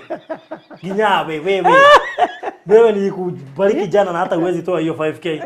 Wewe hata unafaa kutoa 10k. I need like 10 people wenye watatoa 5k. Na sijasema wengine waache kutuma. I just need 10 people to sacrifice themselves. Just 10 people. Wa sacrifice alafu nikuje kwa 10k. I need 10 people. 10 people wa sacrifice. 10 people wa sacrifice. Sawa? Thank you so much. Fresh here. Thank you so much. Ametuma 1500. May God bless you so much. Thank you so much. Elizabeth Nyagodhi nimeona. Yes, 2000. May God bless you so much. Nancy Kigola. God bless you so much. 2000. Asante sana. Not odiete wega. I need 10 people to give 5000. Na nimeweka simu chini. Unajua wacha nikuambie, it is always good Ngai akurathima. Tuika kirathimo. Ngai akurathima tuika kirathimo. And I want to show those people wenye wanaonaga Mungu kama hawezi fanya. Ndienda kuonia ndio wale makuaga ngoro ovyo. Unajua kuna watu wanakufanga moyo hivyo tu. Karibu unakufa. Nataka kuonyesha watu wenye wanakufanga moyo ovyo. Mamenye ate kui Ngai. Ni kweli. I need 10 people. Just 10. Wanipea 5000. Alafu tukuja kwa 10k. Wone andu ni mari besha ni kurega marekaga na metagirira merwo. He andu twathire kuna mahali tulienda watu wakaambua watoe 100k. Mimi nilikuwa nashindwa kwa hizi 100k zimechomolewa wapi? Kumbe tumekaanisha na matajiri na hawakuwa wanatoa. Wewe nakuuliza mtu mmoja ama watu? Mimi nilishtuka. Totialiro ndege toletwa 5, watu 5 wapeane 100k ati. Kwanza pastor alisema, "Kwa nini tuna struggle na 500k? Hii ni pesa kidogo." Mungu ameniambia watu 5 tu ndio nahitaji. Walitoa hiyo 100. Unaona tu mwanaume akiangalia nyuma, mwingine kwa simu. Nikauliza, kumbe tumekaa na matajiri huku na hata hawakuwa na contribute. Ndio kweli. Walitaka sauti ya Mungu itoke. Ndio waisikie. Thank you. I need 10 people to give me 5000. 10 people wanipee 5,000 na nimengoja. Mamu wapatie namba 0700 669 543. Once again 0700 669 543. Wapatie tena wasema wajasikia. 0700 669 543. Okay, so sasa mimi nangoja. I'm ready to receive. I'm very much ready to receive. Yes, very much ready to receive. Nataka watu 10 tu wanipe. Elizabeth Nyagothi nimeona na nikasema ubarikiwe sana. Nimeona tafadhali. Yako ishafika. Hiyo nimesema 2000 imeshaingia. So hii mwingine tuko na 67500 that is 8000. Hii simu iko na 8000 na hii tuko na 21000. That is 29000. Mere Peter umeturudisha mbali sana. Usiturudishe nyuma Mere Peter. Hiyo story tulishaachana nayo kabisa. I need 10 people. Just 10 people to give us 5,000. 10 people. Mimi nangoja 10 people because I know they are there. Wako hapa ndani yetu. We are more than 500 people. Na najua hapa kuna watu wanaweza tupea hiyo 5,000. Just 10 people. Joyce Clark, tuanzishie Joyce Clark. Mimi najua vile Mungu amekubariki round hii. Joyce Clark, si unajua mahali tulitoana. Najua vile Mungu amekufanyia. Wanadogesha ukia Joyce Clark. So I need just 10 people. Kwanza 10 na wale wengine muzidi kutoa. Wale wengine mwenye hawana that 5,000 waendelee kutoa. Lakini nataka 10 people watupe 5,000. Wengine wakiendelea kutoa. Wengine wakiendelea kutoa, nataka watu 10 wanipee 5,000. Na sijui ni internet yangu ama ni huko ama ni wapi ama mnaniona vizuri ama kuna ama ni simu yangu iko na shida. Faith Marango, thank you for you umetutumia 500. Faith Marango, may God bless you so much. Evelyn Kiyoko umetupia 500, may God bless you so much. Haya, mimi nangoja watu 10 wanipee 5,000 because I know they are here. Wako ndani yetu. Na najua hata washaitupea tena na tena. So please 0700 669 503. Producer tuko na internet, assistant producer. Tuko sawa? Maana huku naona tu ikizunguka. Iko pole. Haya. Lakini tunaonekana. Haya, good. I hope mnatuona. Okay, mimi zangu sijui kwa nini hazifunguki. Lakini nafikiri kila kitu iko sawa. So I need 10 people to give us 5,000. Hao ndio nangoja. Wengine wakizidi kutoa 1,200, 500, 10,000, 1,500, 2,000. Wengine wakiendelea kutoa. I need 10 people to give me 5,000. Najua internet yetu leo ni slow kidogo. Lakini Mungu bado ni mwaminifu, tutazidi kusonga.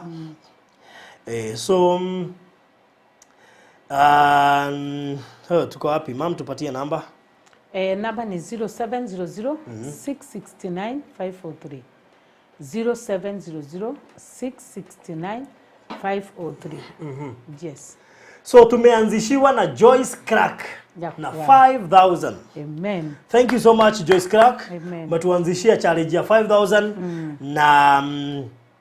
na tumebakisha watu 9 wa 5,000. We need 9 more people kutupea 5,000. Sasa dutawa Kariuki, Nanse wa Mai, Rebecca Wagoi, Anita Lydia, nataka watu wengine 9. I need 9 more people wanipea 5,000. And I'm waiting. Niko hapa nangoja. I'm waiting. Niko hapa na ngoja. So 0700 669 503 0700 669 503. Najua network inatusumbua kidogo. Lakini mambo iko sawa. Yes. So as we continue, mama unaweza waambia kitu? Yes. Mimi nikingojea hiyo. Yeah. Yes. Ya kwanza ni kuwarudishia shukrani sana for the other family and for patience. Najua nini wote, thank you very much. Wakati wote tumeingia, tunaona mumeingia mkiwa wengi sana. Do you know Farodhi, tukiingia hapa tukose mtu tuonage zero washing, tuonage ni mtu mmoja, hata utakuwa discouraged. But the moment tunaonaga tukiingia, wanaingia, tukitoa wanatutoa. Yes. Tunasikiaga vizuri sana na mnatufanyaga tukue na moto na tukue lively. Nawaambiaga all the time, the way I'm looking, it's only because you back me, it's only because you support me, na vile mnatu appreciate. Niliwaambia kuna wakati nimekuwa na watoto, ndio nilikuwa nakuja nikiwaambia. Yes. Kuna the time nimekuwa na watoto wadogo, the people wenye nakutanaga na wao, nikidhani watani encourage. Mtu ananiuliza, hii nauliza kama panya. Kwani uliza kama panya? Kwani hamkuwa mnajua kazi nyingine? So those are the people. But today, unajua nikawaambia ni kama vile Elijah alienda akaona kama dunia inaisha na kama there is no faithful. Mtu mwingine anapenda Mungu. Lakini ilifika mahali akaambiwa kuna watu wengine Mungu ameweka mahali wenye hawajawahi inama kwa Mungu mwingine. Kwa hivyo today, me as Virginia, I do connect myself na mambo kama hayo. Today nakutana na watu wananiambia, oh mother of 12, oh you are blessed. Yes, tunapenda hawa watoto, they support this kid. Wanani appreciate. They are making me to feel the hero. Mpaka naona haya, by the way, kumbe hata kama nilionekana kama nimesaa sana na kama sikujipaga, kumbe it was a blessing to many. It had been a blessing to many. Kwa hivyo wakati naona mpaka sasa wanajega, wanazidi kutuma pesa. These are the people that Mungu alisema nimekuwekea. New friends. Kama vile Ayubu. Kila kitu ikaisha. At the same time akapewa watoto wengine. These are the kids wenye nimepewa wengine. My sisters. Si nimesikia ukisoma hapo ma boy. Yes. Nimesikia ma baby boys umewasoma. Those are the husbands wenye Mungu anakupatiaga. Watu wengine that will support you, will wipe away your tears. Watu hawakujui lakini wanakusupport. Kwa hivyo mimi nafurahia hivyo. Most of the time nafika mbele yao, I do unashed two tears because of the love, because of the support. Mpaka last week yote Farodhi, unajua hatujapatana. Imagine hiyo week nimekuwa na mambo matafu. Ndio na yeye unasikia muhesha ananiletea bagi mzima ya maguo. Kwa hivyo the moment mambo imekuwa mazito, na mimi I was just shining. Today na wafalia hii morning glory, fupisha na waletea ingine. That was mtindo yenye imekuwa last week. So that is how God works with his people. Kwa hivyo thank you very much for patience na Farodhi wa Dayo TV na Farodhi mwenyewe tunasema tu ni asante. Yes. All right. So no tuthiete wega muno makiria na bado nangojea mtume, we are 34,000. Yeah, 34,000. Hata hatujafikisha hata 50,000. Na ndio tuape tukinye 50 ya mbele tuchoke tuingire kule 50 ya keli. So if you are there na unatutazama na haujai tutolea kitu na ungetaka kukua baraka katika familia hii, ungetaka kutoa hiyo 5,000 kwa hiari yako, ungetaka kutoa hiyo 2,000 kwa mapenzi yako, ungetaka kutoa hiyo 1,000 kwa mapenzi yako, ni muhimu. By the way, wale watu wengi sana wamesaidia. Most of them nafikiri wametoa testimonies. Kabisa. Most of them wametoa testimonies. By the way, usiona una mtu hapa amenisumbua. Mwambie. Hello. Sana kwanza hata ni reverse call. Ayo. Hello. Hello. Niko studio.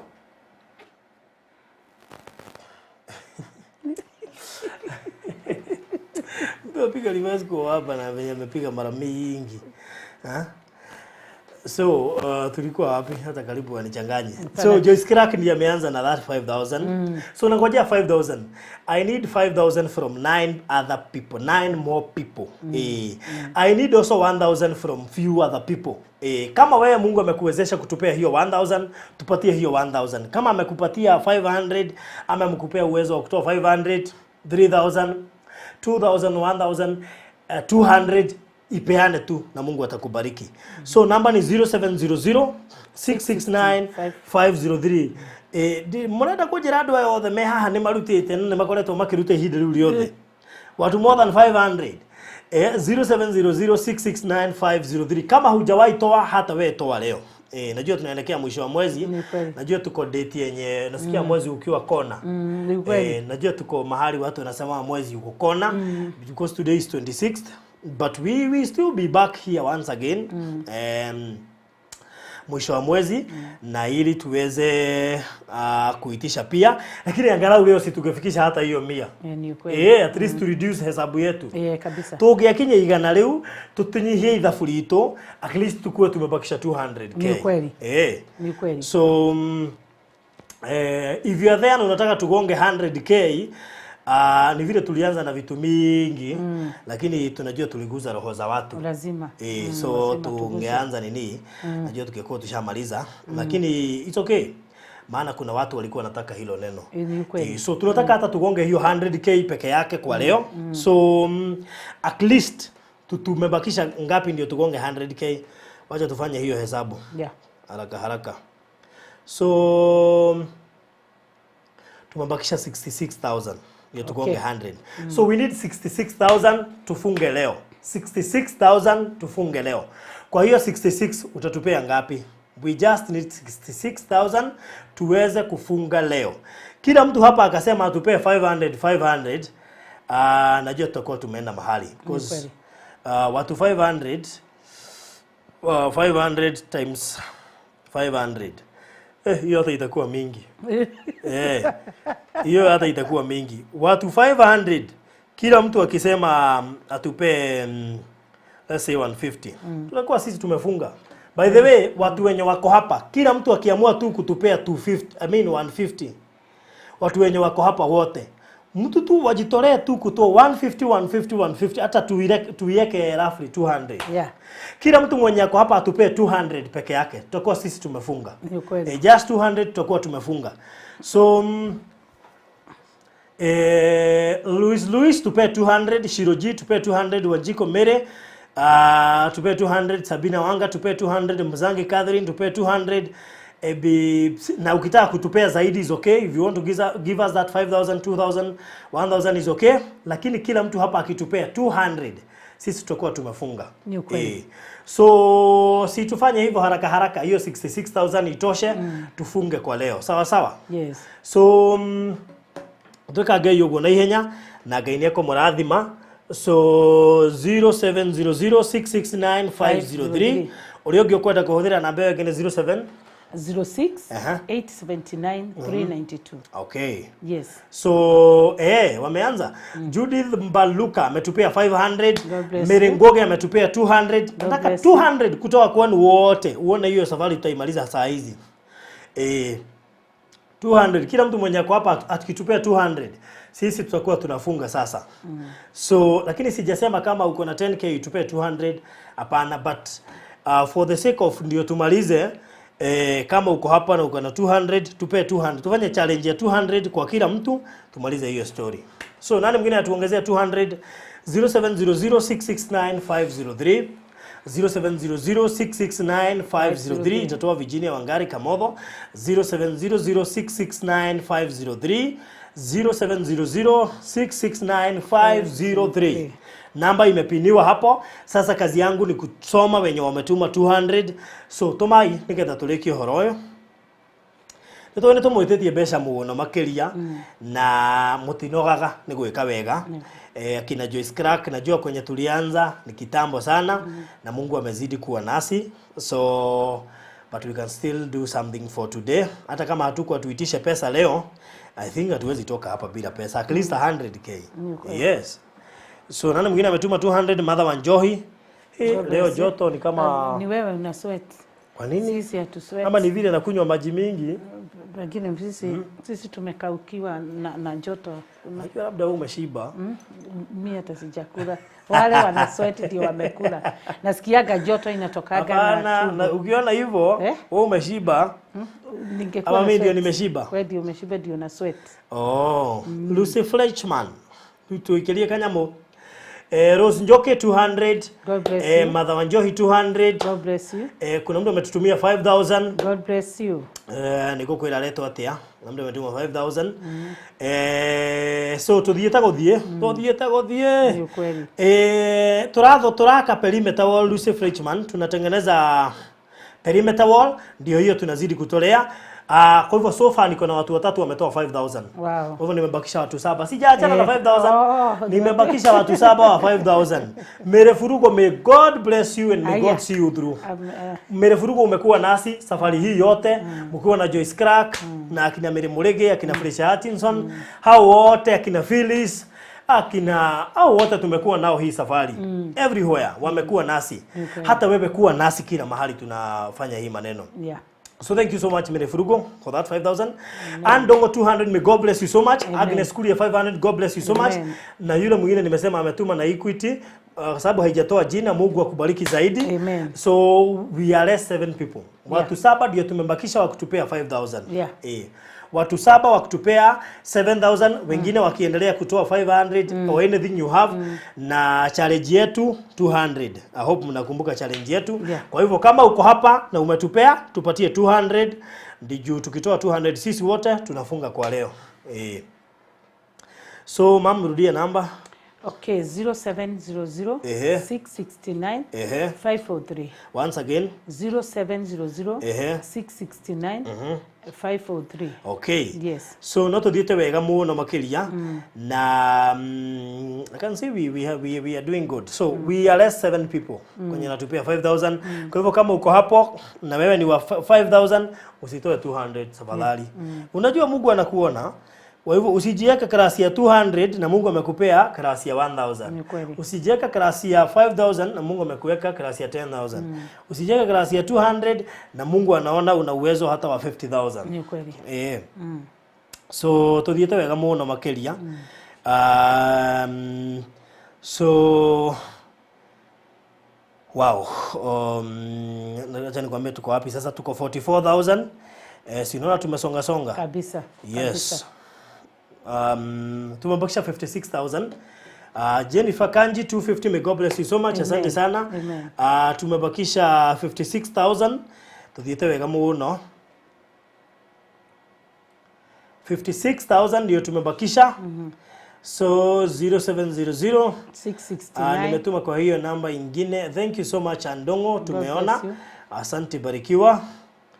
0700 669 503 ama 0706 879 392. Yes. So 0700 669 503. Yes. Oh yes. So we are Jenny Bogwa, thank you, umetuma 1500, may God bless you so much. Nani mwingine yako hapo hajatuma? Who else? Labda uko hapo tu na unasema nilikuwa nitume, nitatuma. Haujachelewa, tutumie saa hizi. So tuthiete wega muno makiria.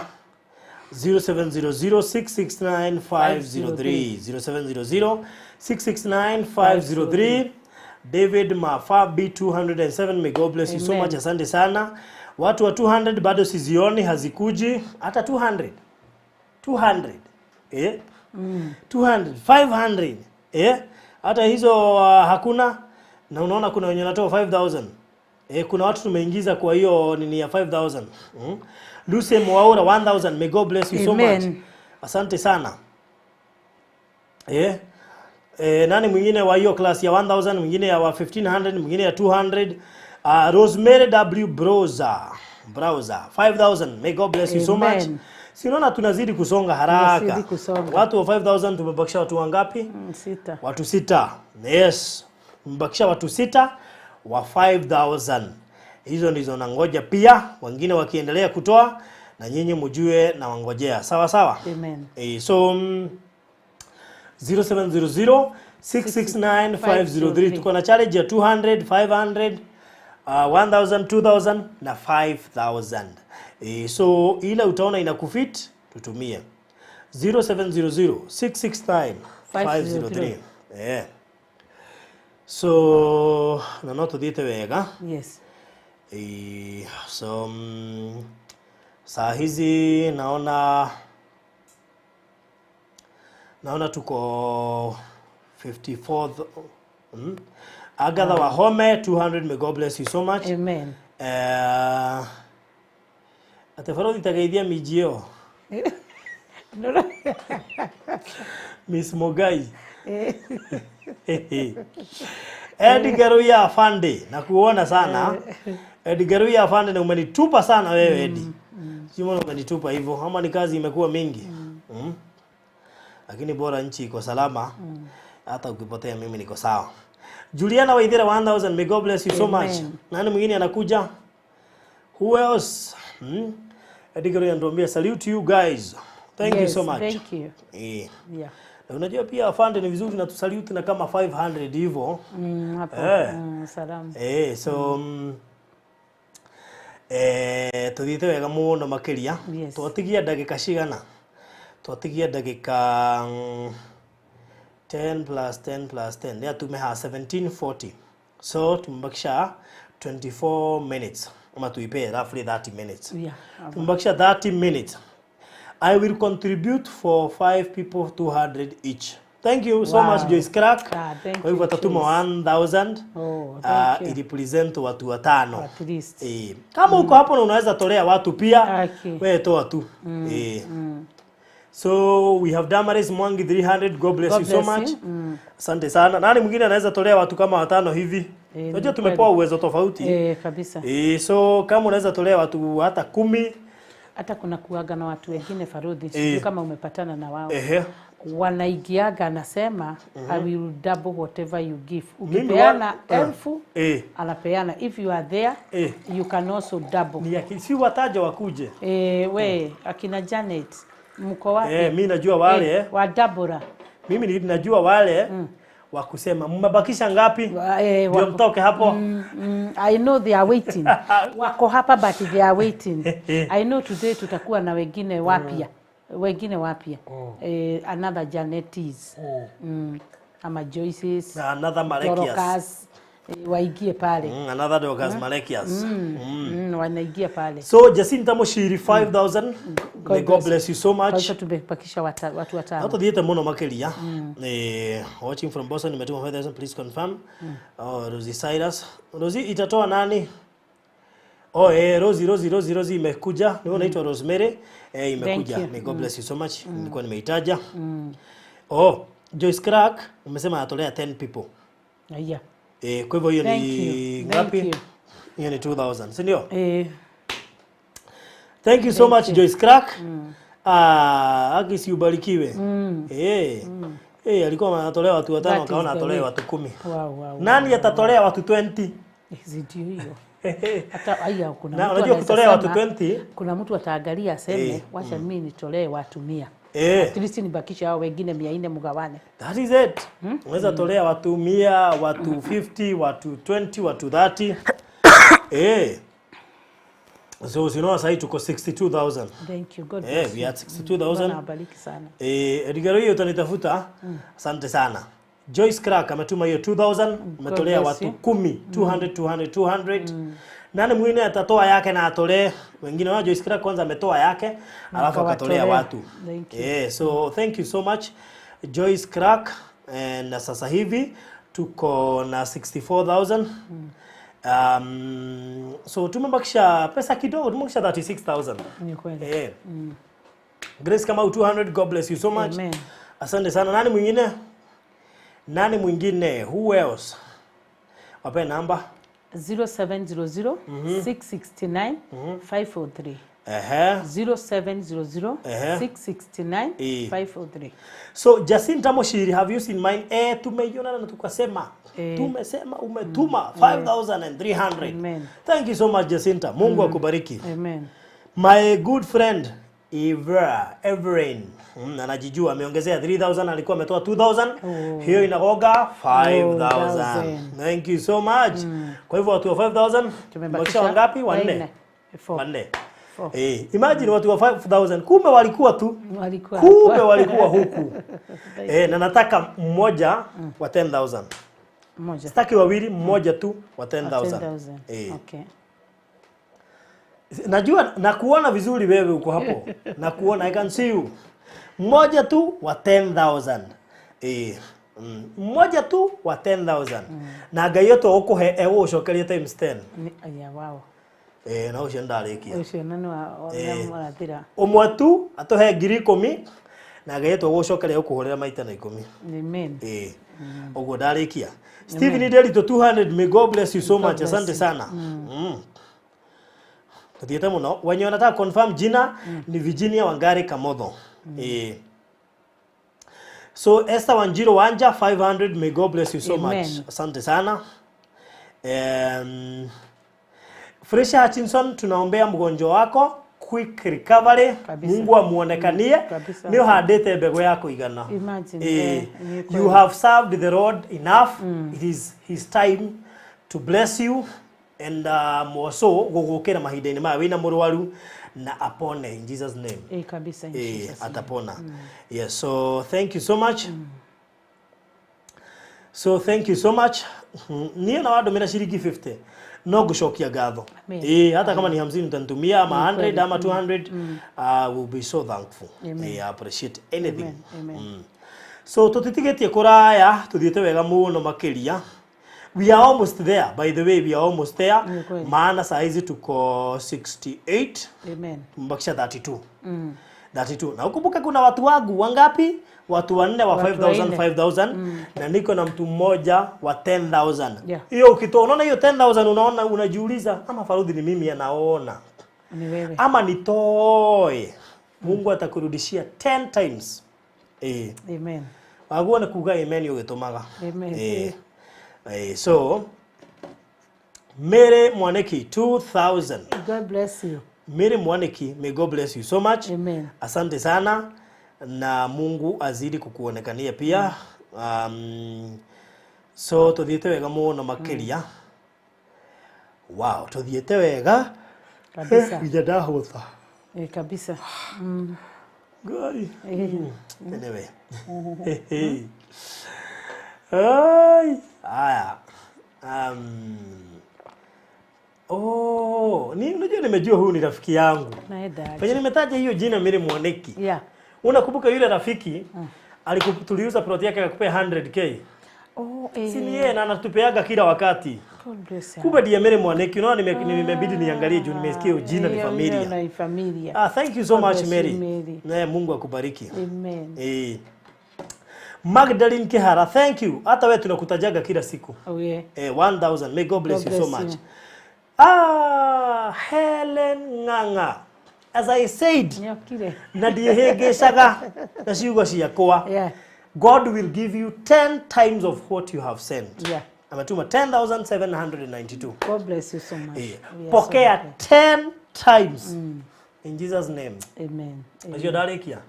Hizo baraka zilikuwa special.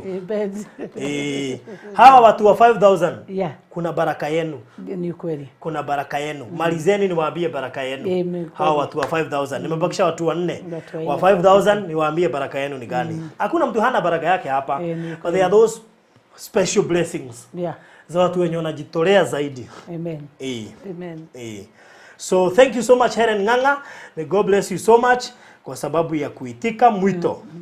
Lakini kama kuna mwingine asiachwe nyuma, kama pia kuna mwingine hapa anaweza toa hiyo 10, apokea the same blessings 10 times 10.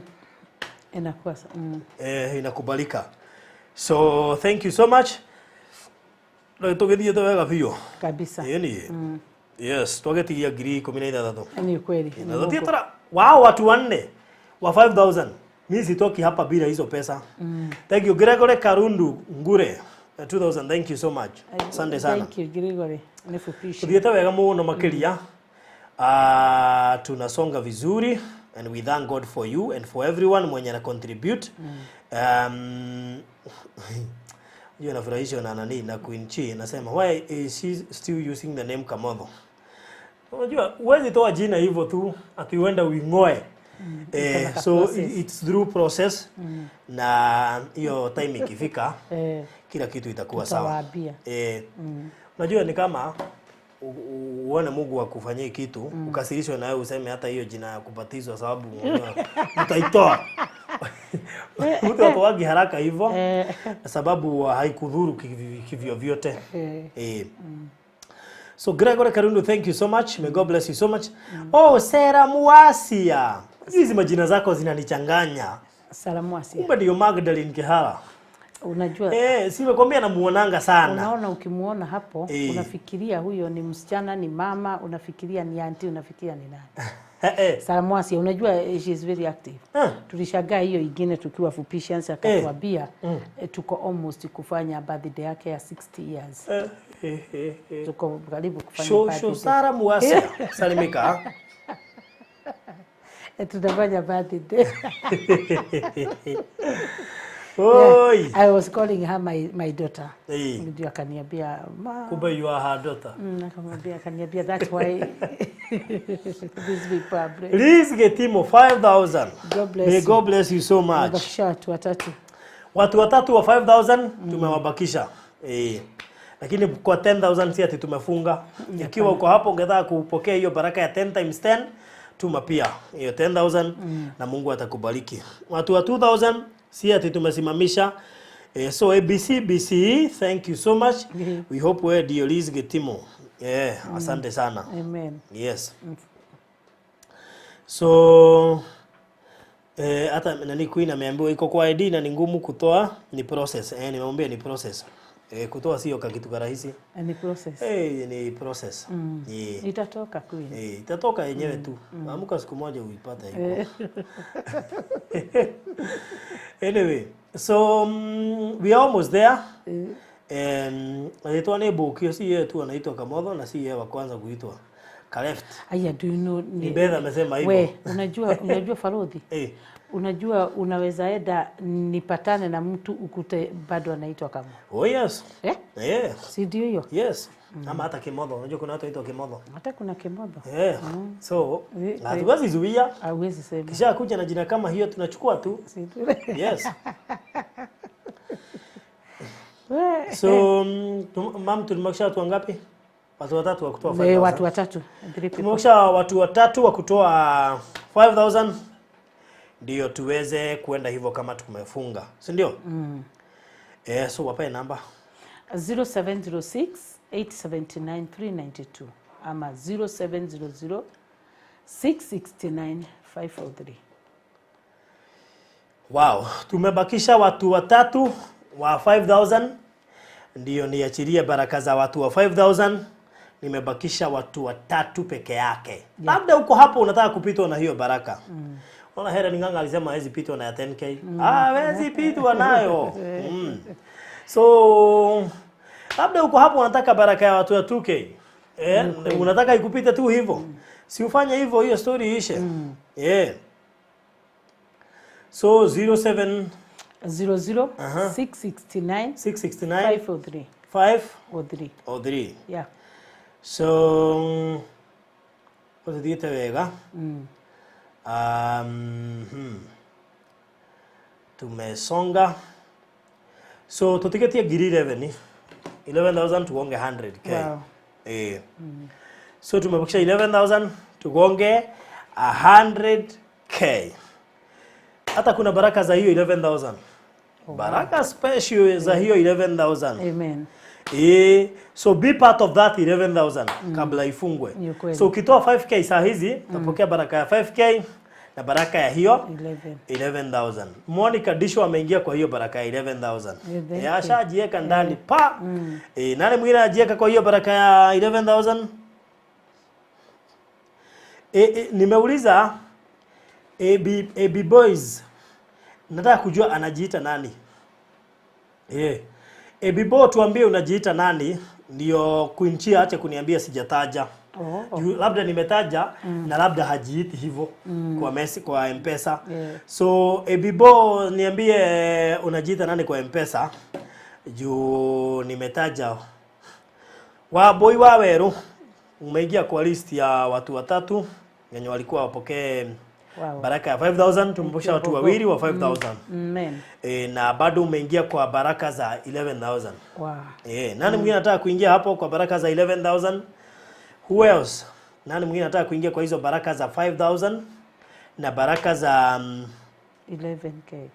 Za 11,000. Namba iko hapa. Woi, nani anauliza namba? Hiyo namba hapo. 0700 669 543. Wow. Once again. 0700 669 543. Oh, nani ameniambia jina yake inaanza na F? Tumetaja jina yote inaanza na F. Hatujataja. Hatujataja jina inaanza na F. Ama unatu enjoy? Hakuna jina imeanza na F hapa. Labda basi iko njiani inakuja. Imehanga mahali inakam. So watu 10 wenye Joyce Crack alisupport waziclaim by commenting for your blessings. Please claim by commenting for your blessings. Okay. Si kama umehako hapa na umetolewa ucomment. Ama uongezee kidogo ndio upokee hizo baraka. What those 10 people. Kama hauna na taja hapa ndio hizo baraka zikipeana upokee. Upokee hapo. Kama ni wewe umetolewa na Joyce Crack na hauna na umetolewa hiyo 200. Comment hapa utuambie Farodi ni mimi huyo sikuwa na kitu lakini ni mimi baadhi ya wenye wametolewa na nimeshukuru. So ya ABC iko njiani. Ni ngapi ABC yenye iko njiani? Tuambie ni ngapi? Tuambie ni ngapi iko njiani? Yes. From the floor amereceive. Amesema I received it. Ni mmoja baadhi ya wenye wametolewa. Okay. Amesema I receive it. So who else? Kuinchi amesema I receive it. Thank you. Amen. Wako huko tu wenye wametolewa. Semeni I receive it. Ndio hizo baraka zisiwapite hivyo, si ndio? Ni kweli. So tumebakisha 5k. Tumebakisha 5k ndio tuweze kufunga. Fadhi ni mimi huyu, I lost my job, baraka kwangu. Be blessed. Amen. Na upate kazi. Kabisa. Sababu ya hiyo dhabihu umetolewa na Joyce Crack. Nani tumengojea baraka 11k, watu hawaitaki. Hiyo baraka 11k itapita watu hivyo. Hiyo baraka 11k mimi naona watu wakipitwa hivyo. So usitake hiyo baraka 11k ikupite. Weiguithania na kirathimo kiu, usitake ikupite. Just be part of it. Wape namba mam. 0700 669 543. Once again. 0700 669 543. Okay, baraka ya Mnanse Kimenchu, thank you for giving us 8 bob. Umeingia kwa hiyo baraka ya 11k. Amen. Sasa zile baraka zitakufuata. Acha tu. Na unajua kuna watu wawili tumengojea wa 5k. Ndio wakuwe part of the blessings za watu wa 5k. Na pia kwa sababu watatuma last wakuwe kwa baraka ya 11k. Ni kweli. So wajitokeze tu haraka. Wajitokeze. Magdalini ameongezea, amesikia hapo baraka 11k hapo ndio nataka. Sasa umeingia ameongezea 1000 huyo Sarah Muasia. Thank you so much Sarah Muasia. Thank you. Na juu nimeona uko na birthday hivi karibuni. Happy birthday in advance. Na tunakupenda, tutakuombea na tunaomba uishi miaka mingi na Mungu azidi kukubariki. Amen. So thank you so much. So tumebakisha ngapi? Tumebakisha that is tumebakisha around 4k. Tumebakisha 4k. Nani mwingine anataka kuwa kwa hizo baraka za 11k? Hizo baraka za 11k nani mwingine anataka kukua hapo? Nani mwingine? Na unajua tumebakisha watu wawili wa 5000 ndio wapokee hizo baraka wakiwa wote pamoja. Sema kuchoka. Pole kwa safari. Mtu wanachoka aga hivyo. Jenny Jali Kariuki ameingia kwa hizo baraka za 5000. Tumebakisha mtu mmoja wa baraka za 5000. Hiyo story tufungie hapo. Ni Mungu. Ni Mungu. Tumebakisha mtu mmoja wa baraka za 5000. Tufungie hapo. Ako wapi? Wape namba 0700 669 543. Once again 0700 669 543. All right. Mtoto nani? Virginia Wangari. Umeogopa kusema Kamotho. Wasikuambia.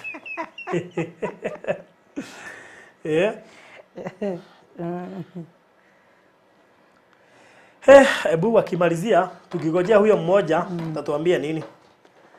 Tuambie kitu tukimalizia mama. Tukimalizia. Yes. Ya kwanza ni kushukuru Mungu. Because of this channel yenye alitupatia ya Farodhi wa Thayo. Mahali tunaweza jieleza, mahali tunaweza pokea baraka zetu. Na tumshukuru hata kukupatia the gift of life, good health. Na good heart. Sababu tunaweza hata pewa this channel than wenyewe akuwe na hati ingine sio ya Mungu. Kwa hivyo tunashukuru Mungu sana. Thank you very much Virginia Wangari TV family. Farodhi wa Thayo, tunashukuru sana na ninashukuru sana for the way you have supported me. Umesimama na mimi hata wa leo. Wamesimama na mimi. Tumekuwa na challenge. Hata sometimes ungetupata mpaka saa 8. Tunakuaga saa 8. Bado tuko na challenge. Unatupata na saa 8 tunawaambia bado tung'ang'aneni. Na I thank God that hawajawahi shoka na hawajawahi complain. And that's why I always tell them thank you for your understanding because they understand na wanaona mambo yote ni mzuri. But tunajua through that it is not in vain. Na nikawakumbusha tukasema ya kwamba kuna kuaga na season ya kila kitu. Lakini hii tunajua ni ya kupanda na kuna wengine wanapanda bado wanafuna. Na kuna wengine wanapanda but utafuna baadaye. But we thank God for that heart. Asanteni sana. Hata wenye wanatusapotiaga na maombi uko there. Wako hapo, they are liking the video na they are motivating the others na wanawashukuru na wanasema asante. Asanteni sana because of hata kukua na roho safi. Sababu unaona kama hao watu wanakujaga kudabo, hao wengine wanatoa mingi, wengine wadogo. Lakini hakuna mtu hata mmoja tunaonaga akiongelelea hao wengine vibaya. Kwa hivyo God bless you na tunasema tunawaombea maisha marefu na magonjwa na health zenu zikuwe tu nyote itoroke na watu wenu wa support na FIFA iwafuate. Yes, to cast the spirit of rejection kwa these people. Na tutafurahia sana wakati wa opening sababu tutaona nyuso mingi. Hapo ndio atakwambiaga mimi ndio unasikiaga fulani, mimi ndio it will be a ceremony, it will be a joy. Ni siku yenye hata kila mtu anaiombea kuiona. Kwa hivyo God bless you so much. Farodhi naweza koza majina ya kutaja na kusema vile nasikia. But pokeeni sifa zangu. Hata Farodhi nilitoa wimbo hata kama sijaitoa video sababu tulikuwa unajua hii wakati wa kujenga niliwaambia sababu niko na nyimbo mingi lakini unajua hata kutoa video unagharimika. Nikawaambia nikiitoa wacha kwanza muisikie hivyo ndio tuendelee na kujenga. And that song I dedicated to them, it was a Mashujaa Day. Na nikawaambia this song I dedicate to you all. Kwa hivyo anytime tutaenda hivyo tutaitoa. But I thank God for their prayers. Ni because of wamenipatia peace of mind na mimi naweza kusikia sauti ya biguni. Kwa hivyo Farodhi wa Thayo naweza kosa mengi ya kusema but I'm so happy. Okay, so thank you so much. Mere Furugo anauliza kwani leo hakuna mandazi kwa meza? Mandazi. Unajua tulikuwa tunatoa mandazi hapa. Unajua kuna ile siku tulikula by the way hiyo siku nyingine nilipitwa lakini unajua leo ningekula. Ako wapi mama Nyambura huu? Mama Nyambura angetuletea mandazi by the way. Mama Nyambura leo hayuko. Kwa hivyo leo anachunga buzi. Muthi agicego. Na unajua leo tumekuja mapema, kuna watu watashtuka. Unajua walikuja sana. Unajua ndio that's why niliingia kadogo pale, sababu nilijua kama wao Californians wanakuaga wamelala, nikaona tu niwastue niwaambie tuko hapa. Sababu watu wataingia usiku Farodi. Sasa unaona hiyo Jane Jelly Kariuki imetutumia 5,000 tukiongea hapo. Na 5,000 nyingine bado imekuja. Amen. Nafikiri ni ya Taylor. Amen. Jacqueline. Thank you Taylor. Penina naye akaongezea 1,000 tukiwa hapo. Christine Kinoti akaongezea 2,000. Thank you. Sasa tuko 9,000. Amen. Imagine. Amen. God bless you. God bless you. Yani Margaret Mugo akaongezea 500 tukiwa tu hapo. Tuko 110. God bless you so much. Na mweyote anataka kuongezea. Kama umebakisha kitu usiachwe nayo. Tuongezee tu. Ni kweli. Ndio mama kirelease milango ya mabiashara, alirelease mlango yako. Ni kweli. Mama kirelease jobs ama job employment, pia wewe ukue part of those. Ni kweli. Kirelease biashara kufunguliwa mingi. Yeah. Watu kupata watoto, watu kumpata mabwana na mabibi. Ukue part and parcel. Maana hao watu pia wametoa 5,000. Kuna hizo baraka za kazi. Kama uko kazi, promotion. Amen. Kama haukuwa na kazi unapata kazi. Amen. Kama ulikuwa na biashara inapanuka. Kabisa. So wewe umetoa 5,000, pokea hizo baraka. Kabisa. Nyinyi wengine pia mmetoa chenye mtu alikuwa nacho 500, 1,000, 2,000. Hizo zote zimepokewa na hao wengine. Pia sisi tumewapea. Maana si kutaka hamungetaka kutoa mingi. Ni kweli. Ili hali mmetoa chenye mtu alikuwa nacho. Ni kweli. Tungetaka pia nyinyi kesho mtoe mingi. Kwa hivyo tukiwapokeza hicho tumepea hao wengine, pia mutafeel you are encouraged na pia you are owned, because we own everyone mwenye ako hapa and we are thankful. Lakini juu mama ataongea, mimi I have just declare. Unajua declaration ni muhimu sana. Mama taomba. Lakini kama uko hapa na ungetaka kuongezea, hatuja kufungia. Wewe uko hapa na utakuja uone tulikuwa live. Please tuongezee. Maana tunahitaji pesa ingine. Wale wenye wametuona mkitaka kuongezea mtatuma kwa hiyo namba ya mam 0700 669 543. Mkiongezea itaenda kusaidia kujenga perimeter wall. Mnaweza wenye watatuona tulikuwa live wanaweza ongezea ya 100 ingine ama even more. Mimi ni shows wa grade 6 Gradis. Nimesalimika sana Farodhi. We akona tushukuru. Tushukuru. Tushukuru 6. Wow. Yes. Nimwasia. Ruth Wangari, please Farodhi look for time and talk about closed doors. You had a powerful message. Okay, Ruth Wangari, tutafuta muda, tutakuja hapa na tuongea kuhusu hiyo milango. Thank you so much for that clarification. Asante. Mrefurugu ameshtuka, kumbe hata yeye huenda anaitwa my daughter. Ameshtuliwa na 6 gratitude leo. Asalamuazi. Queen Chi. Anasema I sent 1,000. Imetufikia Queen Chi, imeingia. God bless you so much. Amesema hizo baraka zote mimi nikose. Susan Dua ameongezea 200. May God bless you so much. So mam, omba ukideclare. And na nyinyi mpokee. So that wale pia hawana waombe na wenye pia wangetaka kutoa mingi next time na leo hawajaweza kutoa mingi pia waombe. Amen. Washeni tuamini. Father, in the name of Jesus Christ, tumekuja mbele zako sababu wewe ni mfalme mwema. Asante sana because of what you've done to your people. Tunakushukuru because of the gift of life. Tunakuambia ni asante because of the gift of good health. Asante Mungu because of these people. Asante Jehova sababu wewe ndiye ulitupatia hawa watu na the heart that they have. Wanatuonyesha ya kwamba they know you na wakajua wewe ndiye umewabariki na ukawaonekania. This my Father, evening tunawakabidhi mikononi mwako. Asante kwa wote mwenye amejitolea Baba. Asante kwa wote wenye wametuombea Mungu. How we pray my Father that you may open their closed door because of what they've given, oh God. That my Father, tunajua kuna wengi sana hapa ni wagonjwa, but because they have planted, oh God, may you heal their dear ones in the name of Jesus. We give wengine walikuwa na machozi wakiingia hapa, but because they have tapped the blessings, oh God, may you wipe away their tears, oh God. We pray for promotions to these people, God. We pray for favor to this God Almighty. We pray, my Father, them that need connections, the husband and wives, oh God. Wengine wanalia sababu ya watoto, God Almighty. As jioni ya leo, God Almighty, ukitubariki na ukituonekania, usiwasahau, God Almighty. Wainue these people, Father. Wenye wako diaspora, God, nobody will take advantage of these people, God, sababu wewe uko pamoja na wao. Thank you wenye tuko huku Kenya, oh God, na kule kwingine. My God, be with us, God Almighty. Asante sababu wewe ni Jehova. Thank you because of Arudhu Adhayo. Thank you because of this studio, God. We pray for the favor, God Almighty. We pray for the workers, oh God. How we pray for good relationship, Father. We pray for good heart, oh God.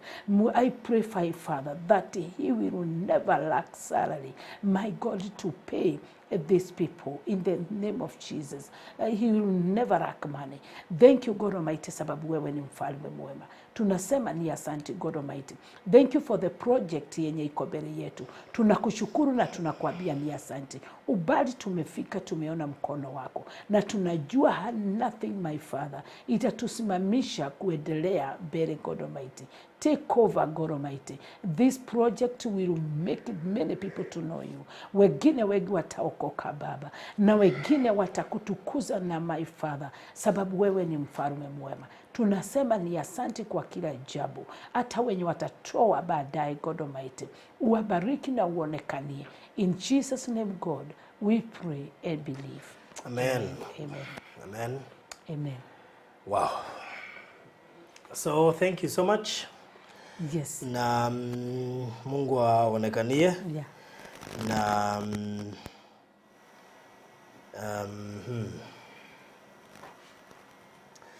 wow. So tumefurahia pia sisi. Yeah. Tunashukuru Mungu sababu pia ya wote wenye wameendelea kutoka wakati tulianza. Na we believe hamtachoka hadi tumalize nyumba. We are not far from finishing. And we hope hii nyumba ikiisha inafungua nyumba mingi sana. Kuna nyumba nyingi sana zitafunguka. So tokere kire nikukwirite he mugunda ndirari kwanirira hali ya Kikope muthenya wa ira we Nakuru highway. Ukiwa Nakuru highway pale Kikope utaingia 3.5 kilometers. Kuna an acre of land iko hapo. Kwa hivyo kama ungetaka tuongee kuhusu hiyo acre of land, najua kuna watu wengi sana wamenipigia sijashika simu zao juu nimekuwa busy leo. But in case you want that an acre of land, iko karibu na mkahawa inaitwa Lake Elementaita Nature Resort. Okay. Mkahawa mzuri, ukiingia kwa channel yangu utaona zile video niliweka hapo. Yes. Video za hiyo mkahawa. It's a nice place. It's not expensive na iko na title deed. Yeah. It's only 3 million. 1 acre. Unajua acre iko na plots za 50 by 100 saba. Ni kweli. So unaweza fanya vitu mingi na hiyo shamba. Yeah. A whole acre at 3 million na iko about 7 minutes kutoka highway. Yeah. Not even 7, around 5 minutes from the highway because it's 3.5 kilometers. So hapo ni mahali hata kama unaingia na boda unaenda chua. 3.5 kilometers from Nakuru highway pale Kikope. Yeah. An acre of land going for 3 million. If you want it, nipigie 0798 008 008 0798 008. Nilipita pale Naivasha mahali kunaitwa Merera. About 7 minutes. About 7 kilometers kutoka Naivasha town na less than 15 minutes kutoka Naivasha town. Kuna plot iko hapo. Ni kubwa 80 by 100. Inaenda for 2 million. Yeah. But hiyo ni negotiable. So ikiwa utataka 0798 008 008 0798 008 na ni ya rafiki yangu. Hizo zote ni za marafiki zangu. Kama hiyo iko Kikope ni ya rafiki yangu ako diaspora. Yeah. Ni zile tu mnaniambianga niwauzie. Yeah. Hii nyingine iko hapa Merera Naivasha. Kama uliona yule surveyor tulikuwa nayo ni yao. Kwa hivyo it's genuine land with title deed. Yes. Kwa hivyo kama unahitaji nipigie hiyo namba 0798 008 008. Hiyo eka iko Kikope, nimesema ni 3 million na iko 3.5 kilometers kutoka highway ya Nakuru. Ni kweli. 3 million na hiyo inakuwa sawa. Hii iko Naivasha, nimesema ni 2M na ni 80 by 100. Ni shamba kubwa sana unaweza lima. Amen. So thank you so much, ma'am. Yeah. Kwa sababu ya leo at least utahome mapema. Yeah, at least nitahome mapema. Yes, hata nimeshukuru sana. Hata nimeshukuru sana. Na wenye wote wameingia pengine mkiwa wageni. Yes. Niko na YouTube channel inaitwa Virginia Wangari TV. Unaweza tutembelea pale, you subscribe. Na usupport. And then hata kujoin. Alright. Yes. So make sure you subscribe to this channel na ndio every time tunaingia live unaweza kutuona. Sawa sawa. So kabla utoke hapo chini finya subscribe. You can like and you can even comment. Na kama unataka hiyo shamba 0798008008. May God bless you so much. Mungu amuonekanie. Amen. Thank you. Shalom.